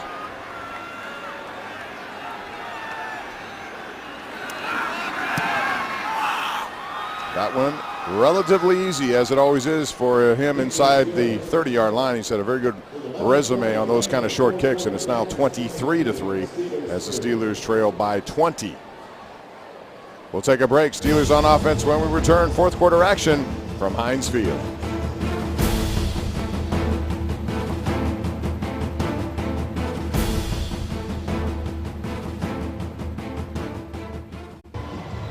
We are back, fourth quarter here in Pittsburgh, and after being struck by lightning, CSI investigator Barry Allen awakens from a 9-month coma to discover he's been granted the gift of super speed. Barry takes on the persona of the Flash, the fastest man alive, and the Flash returns for another season. Tuesday, September the 6th, 8 p.m., Pittsburgh CW. So now the Steelers will try to make something happen on special teams if they get the chance, although the way things have gone tonight, a lot of touchbacks in this game. You expect that to continue in the regular season. Charlie, do you like that? Or would you like to see special teams more involved? I would like to see it more involved, but I understand from a competition committee standpoint, they wanted to take a single play out as it relates to the concussions and whatnot because it was a dangerous play. Well, this one could be, well, Jay Archer has a bounce. He waits on it, takes a knee, and so they will get it at the 20-yard line. So when we come back, we'll see if the Steelers can do anything under Landry Jones. It's been all Carolina here tonight. They're down 20 at Heinz Field.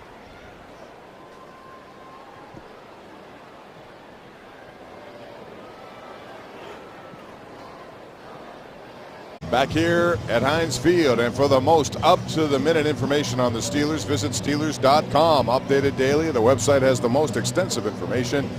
Articles, live interviews, Steelers video programming, Steelers.com for everyday information. The Steelers would like to get something going here to provide a little bit of excitement to the crowd of 42,000 plus on hand for the final preseason game. It's been all Carolina. They've occupied the football. Point.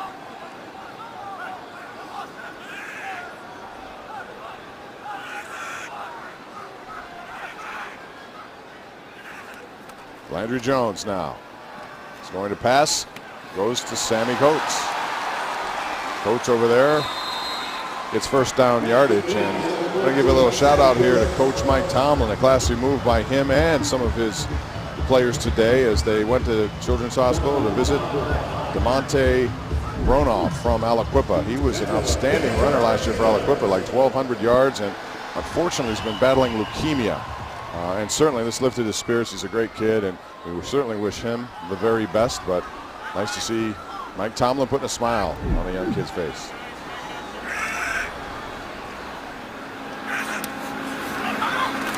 Jones straight back this time. Underneath goes to Josh Harris, trying to make a move on a linebacker. Cannot do it. Brian Lecken is there to make that play. We're going to miss him running the football for Aliquippa there, but you know you have a lot of people praying for you. You can see it. We understand it's more than football. It's about life. Get yourself together, and hopefully at some point you have another opportunity to run that football, and if you don't, it's okay as well. Well, there's no question he has what it takes to deal with this battle, and he has a good optimistic attitude. We wish him all the best. Once again, it's Harris going nowhere as he's hit pretty heavily. We talked about Martavis Bryant and the fact that he's out for 4 games. Let's talk about the impact of that, Charlie, because Sammy Coates is here. They revealed this week that he was a pick because they just didn't know. They were aware of the suspension, that it was going to come at some point. But just talk about what it means to this team and who needs to step up. And you picked Sammy Coates in the 3rd round, so yes, you did know about that, but didn't know how the appeal process was going to play itself out. That's why you signed Darius Hayward-Bay to be your 3rd receiver. because we don't know how fast it's going to take Sammy Coates to pick up this offense. If you need him at some point down the line, yes, that's okay. But I didn't expect to see him in the first 4 games. But I think it's going to be a bigger impact than what we're believing right now. This is a long ball to Coates, and he makes it. Whirling Davis catch. Good coverage right there defensively by Carolina. That was Carrington Bynum, but it was Sammy Coates who turned around, made the catch. Good awareness. That's a gain of 42 yards, and finally this crowd has something to cheer about. They're cheering about. You can see Sammy going up, balls underthrown, but watch him do a nice job of concentrating right there, being able to locate the football. Big play. And that's something that he did at Auburn. He was able to get behind defenders, making big plays, and you can see him coming up with, you can see how excited the sideline was in that particular situation. Look at Marcus Wheaton there celebrating as well. Yeah, very nice play. Good coverage, by the way. It wasn't the case. It was just underthrown a little bit. He made the adjustment, and that's what it takes. Josh Harris up the middle. Thing about Bryant now, he'll be eligible for an October 12th return. He's going to lose a lot of money, though, over $100,000 with these decisions. And I guess the bigger question is, when you get a 4-gamer, you got to fail 4 drug tests. Yeah, that has to be a concern. They have to, figure out the problem and contain it. You're absolutely concerned, and that's something that Coach Tomlin talked about. And the one thing with this suspension is he's allowed to still be in the building, going through all activities except off the field, or except on the field. So they're going to be able to work with him, and hopefully he's able to recover and get past this point, because that's something you never want to see a player go through. Landry Jones now looking left, throwing there, goes to Jared West, who makes a reception inside the 10-yard line to about the 8-yard line before Dean Marlowe is there to bring him down. We haven't heard his name too much, Jared West, but he makes that reception. Just working the underneath route, one-on-one coverage there, coming back inside, understanding, doing a nice job of throttling down before the inside defender was able to make the collision. So Pittsburgh now 1 for 9 on 3rd down. The 3rd and short, 1 yard to go to make it 1st and goal. Down by 20 points with 7 minutes and 53 seconds remaining here in the 4th quarter. Harris stumbled as he got to the line of scrimmage. And he's going to be short, it looks like. But there was not much now we have an injury there. You see the stumble right there. And he falls right into Kelvin Palmer. Yeah, the offensive lineman who hasn't seen a lot of action, but he's in there right now, and he looks like he's grabbing his knee.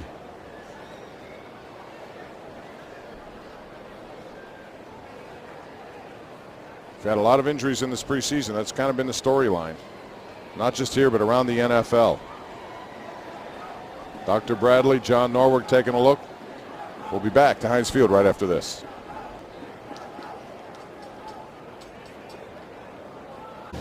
We're back, and Kelvin Palmer's made his way over to the bench over there being looked at. Charlie, let's take a look at what happened. You can see Harris here stumbles, and as he falls right into the leg of Palmer there. And immediately he grabs his left leg. All right, so they'll tend to him. A rash of injuries. And because it came up short, it'll be Scobie with an opportunity here to add on. His second opportunity. Both of them very easy kicks for a player of his caliber. That went up and good once again. Trying to get Scobie some action since he's newly acquired. More than anything else, just get him on the field. Holding situation, all that stuff has to practice a little bit, and that's what Mike Tomlin elected to do there. 23-6 when we come back.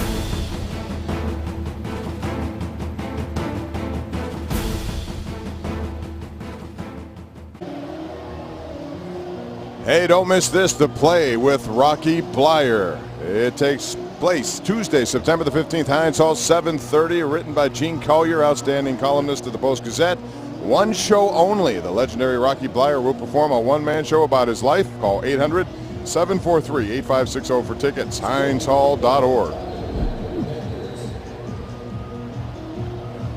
So Rocky plays himself.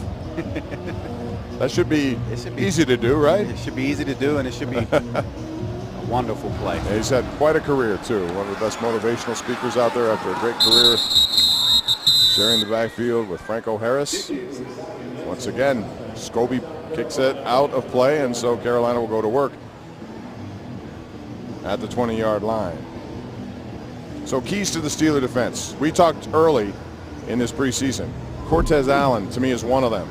As we take a look at the Bordas and Bordas scoreboard, you see the Pirates were down at one point 4-1 to the Brewers. Have come back on RBIs by Mercer and Jung Ho Gang to make it 4-3. They really need to win that game and avoid a sweep. But I would think Cortez is one of the keys. Who else would be a key on defense? For me, it's going to be the safety positions. I want to see Shamarko Thomas and Mike Mitchell work well together. They haven't done that this entire preseason.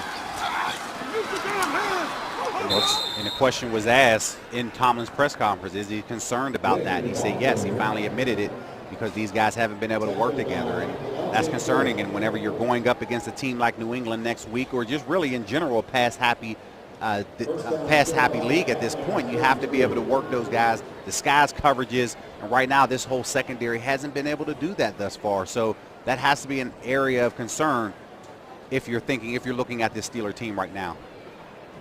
Brandon Wager with that last carry. Once again, NAIA record, 2,600 yards in one season, 52 touchdowns. Really went to a national championship before he got his career back on track, this time going nowhere. And once again, it was Howard Jones who was there first to meet him, number 44, trying to stick around after Saturday. And when I look at this defense, I mean, back-to-back weeks, think about it. Last week they gave up over 500 yards to Buffalo. Their first team gave up some big plays as well. Second and third team gave up a lot of yardage. They ended up finishing over 500 yards. And here, next week, the following week, Carolina here, they're now over 440 yards of total offense today with a vanilla game plan. So this is something that this Steeler team cannot just think that they're going to show up and expect to stop somebody. They're going to have to prove it out here. And right now, time is running out on this preseason. Handoff once again, not much there. Shayon Green was there defensively for the Steelers to make that stop. Certainly also their defensive line has got to be active. Now that was a blow to lose Stephen Tuitt. I'm not sure about his availability, but he's a guy who you knew was going to make strides this season. Daniel McCullers, you see Cam Thomas. They're going to have to do their job to not only help the linebackers get sacks, but I would think, you know, Keith Butler wants them to be their own guys creating sacks up front if they can. Absolutely. Beat their guys one-on-one. You know where Cameron Hayward is at. Tuitt, they worked him out hard during pregame. They wanted to see exactly where he was at, to see how his ankle responds, to see if he's going to be ready to practice this week. So they're expecting things from him. If not, guess what? Those guys are going to have to step up in a hurry. Webb dumps it off, feeling the pressure, goes to Jordan Todman, ridden down by Terrence Garvin right there. Todman has a 49-yard touchdown, in case you missed it, on a run earlier in this game. The other touchdown was Joe Webb with a touchdown pass to Marcus Lucas. You can see nice pressure. Webb does a good job securing the football, finding his outlet. And Garvin's able to run down the tackle. One thing that I see on this Steeler defense, yes, cut down day is coming on Saturday. I don't think the final 53 is on this team right now.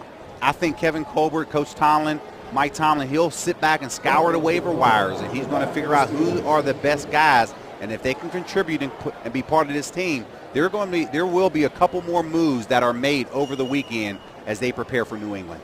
I think that's a great point. We've seen it in the past. This time, no block. It's Dree Archer letting it bounce, and it takes a Carolina bounce inside the 10-yard line, rolling to about the 7, and that's where they're going to take over. Steeler offense is a long way to go, and that is Norton with a 52-yarder with no return. You look back on the offensive side, everyone knows we can score points, but at some point we're going to have to stop somebody. So I think this is going to be a very good test for us to go up to New England and do something that really we struggled with a little bit last year, and that's winning on the road, and that's been a signature of this football team. Any Coach Tomlin team that he's been able to have has been able to win on the road. In order to be successful, you have to do that, and it starts next week. All right, there's Ben Roethlisberger. Big things. He's really optimistic, even with the loss of Pouncey and Bell and Bryant for the first couple of games. This is an offense that he believes can score 30 points a game. Last year, they were knocking on that door with 27. They may have to do that early on when this defense tries to gel and some very tough quarterbacks to face. Landry Jones down the middle has a man. Jared West has it. Could still get back up, and he just doesn't do it. Lost his balance, but makes a nice reception there. Haven't seen much by Jarrett West, but that's a nice play and a gain of 46 yards. Man, that was a nice job of getting open right there. If he could have kept his feet, that would have been a 96-yard touchdown, because I don't think they catch him. And unfortunately, West stumbled after the catch. But either way, a nice connection by Landry Jones. Well, Jared West was brought in here a little late in the process, but this is a guy who is expecting maybe a practice squad opportunity. That certainly helped his cause. Josh Harris now. Nice little run as he loses his balance, gained about 9 yards before he's knocked down. You see Harris a little upset at himself. He thought that he could have kept his feet. And if he was able to do that, he would have slipped out the backside, and that could have been a big play for the Steeler offense. Carolina defense prior to this drive has been all over the Steelers. And one of the guys who did not play here tonight, number 59 on their side of the field, Luke Kuechly, is the leader. Boy, what a great player he is. Only 3 years in the league. And I know when teams face him, watch out, because he's a tackle machine. And Charlie, I'd like to get your thoughts on him after this play, because, well, you don't see guys come into the league this quickly and do what he's done with his resume. Jones now rolling to his left, looking downfield, firing, and has his man there. And that's Shaquem Phillips at about the 22-yard line, wherever they mark it. All of a sudden, Jones on a little bit of a roll.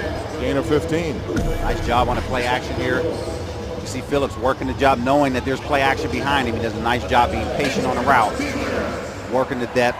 Nice connection by him and Landry Jones. And some of these guys would like to take something away from this. Mike Tomlin was not encouraged at all at halftime, saying that guys could be missing opportunities. Not many more left here as we approach the 2-minute warning. Nix sets himself. Handoff. And that's a gain of a couple of yards. And it'll bring us to the 2-minute warning as Will Johnson in the game makes that carry. So it's been all Carolina, 2 Josh Scobie field goals, all the Steelers have to show. It's 23-6, back with the final 2 right after this. Preseason football is brought to you by Aquafina for happy bodies and by Xfinity, your home for the most live sports. Bob Pompiani, Charlie Batch, we're back. 23-6, not much to dance about. She's having a lot of fun. The Steelers hope to have a lot of fun this season.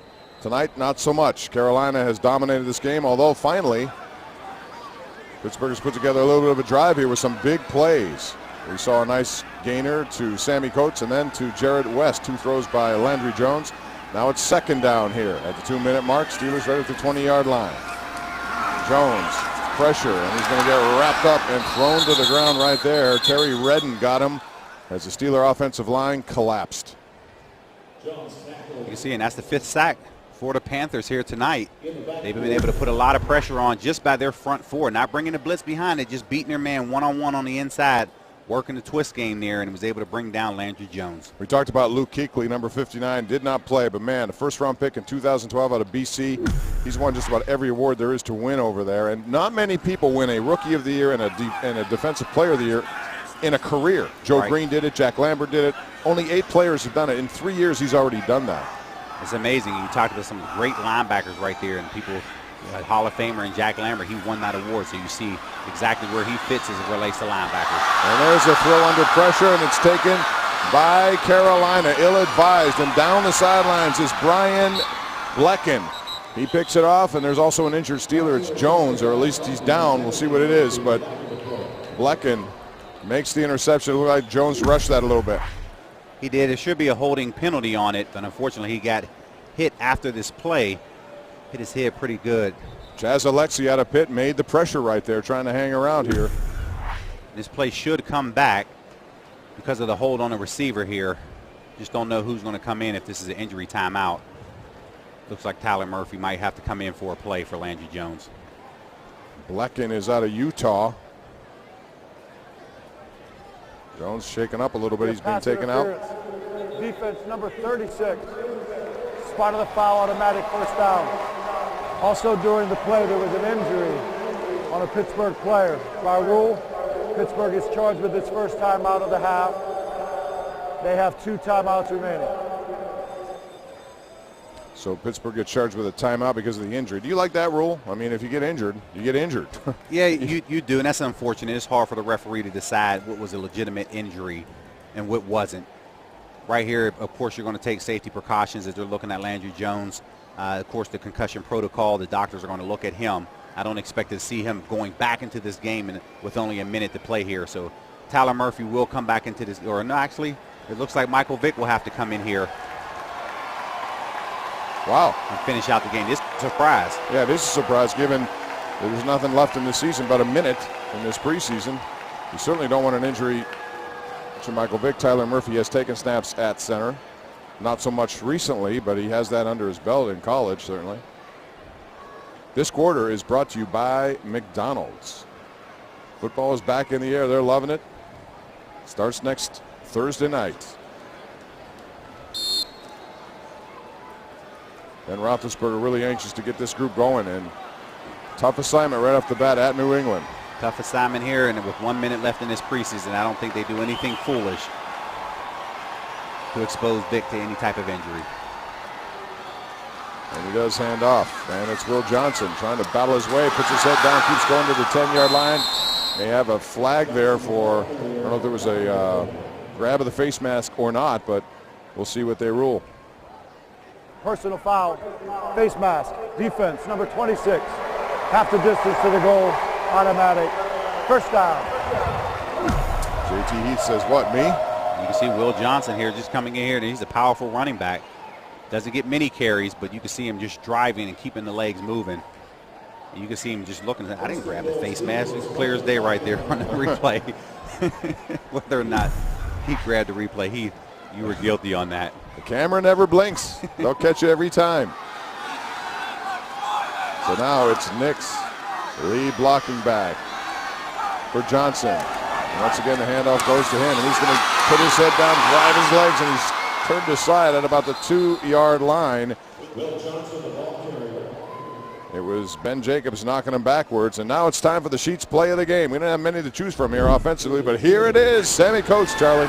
Took us a while to get to it, but here's Coates one-on-one on the outside. Able to adjust to the route on the underthrown ball. This is exactly what you expect from him as he develops as the preseason comes to an end.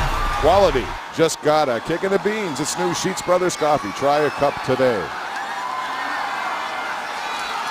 Once again, handoff. They're just going to keep getting to Johnson. Hopefully the pile goes forward, but does it? It's very close to the goal line. No signal yet. If he doesn't get in, the Steelers are content by letting this clock just run out, and that will be the last play. Possibly. It's going to be more. Timeout. Pittsburgh. 30-second timeout. Pittsburgh called a timeout. They want to see one more, but you have 2 injured guys on the field. Wow, 2 of them now. Mitchell Van Dyke has not had a very good game. He got victimized a couple of times early, getting beat. That led to sacks. Big guy, 6'7", 300 pounds. He's clearly in agony there.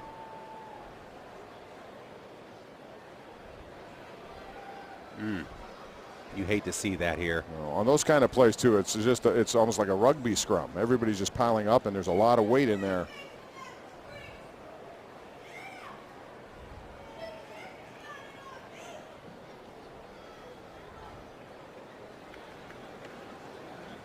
And then I'm not sure the other one, from what our vantage point here, I cannot see.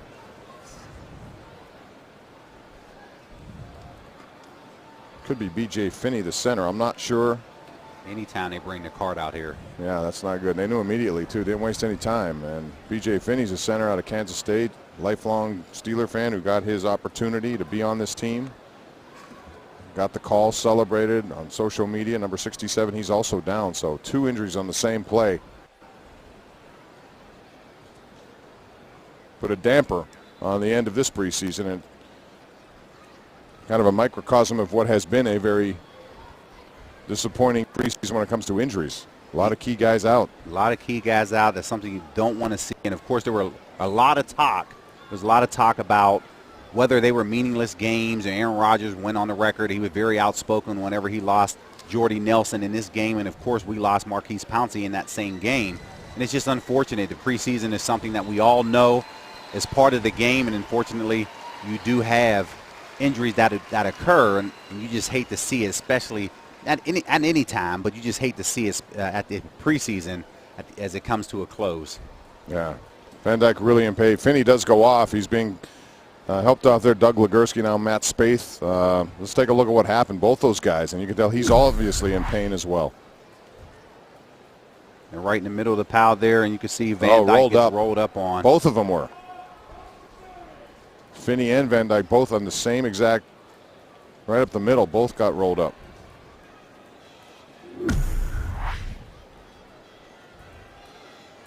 Well, I hate to see that these guys work so hard. Charlie, I don't think people understand just how much you give to go to a team just to try to get an opportunity. They're so rare, and you know, most of these guys are stars in college. They come to this level, and all of a sudden everyone's a star, and you have to just battle and take advantage of every opportunity you get. And even then, it's not good enough sometimes. And sometimes it's not. And unfortunate, you know, people who they're excited when the preseason started, the offseason starts in April. They get this roster to 90 people, and then all of a sudden you have to get to this point of 53 guys.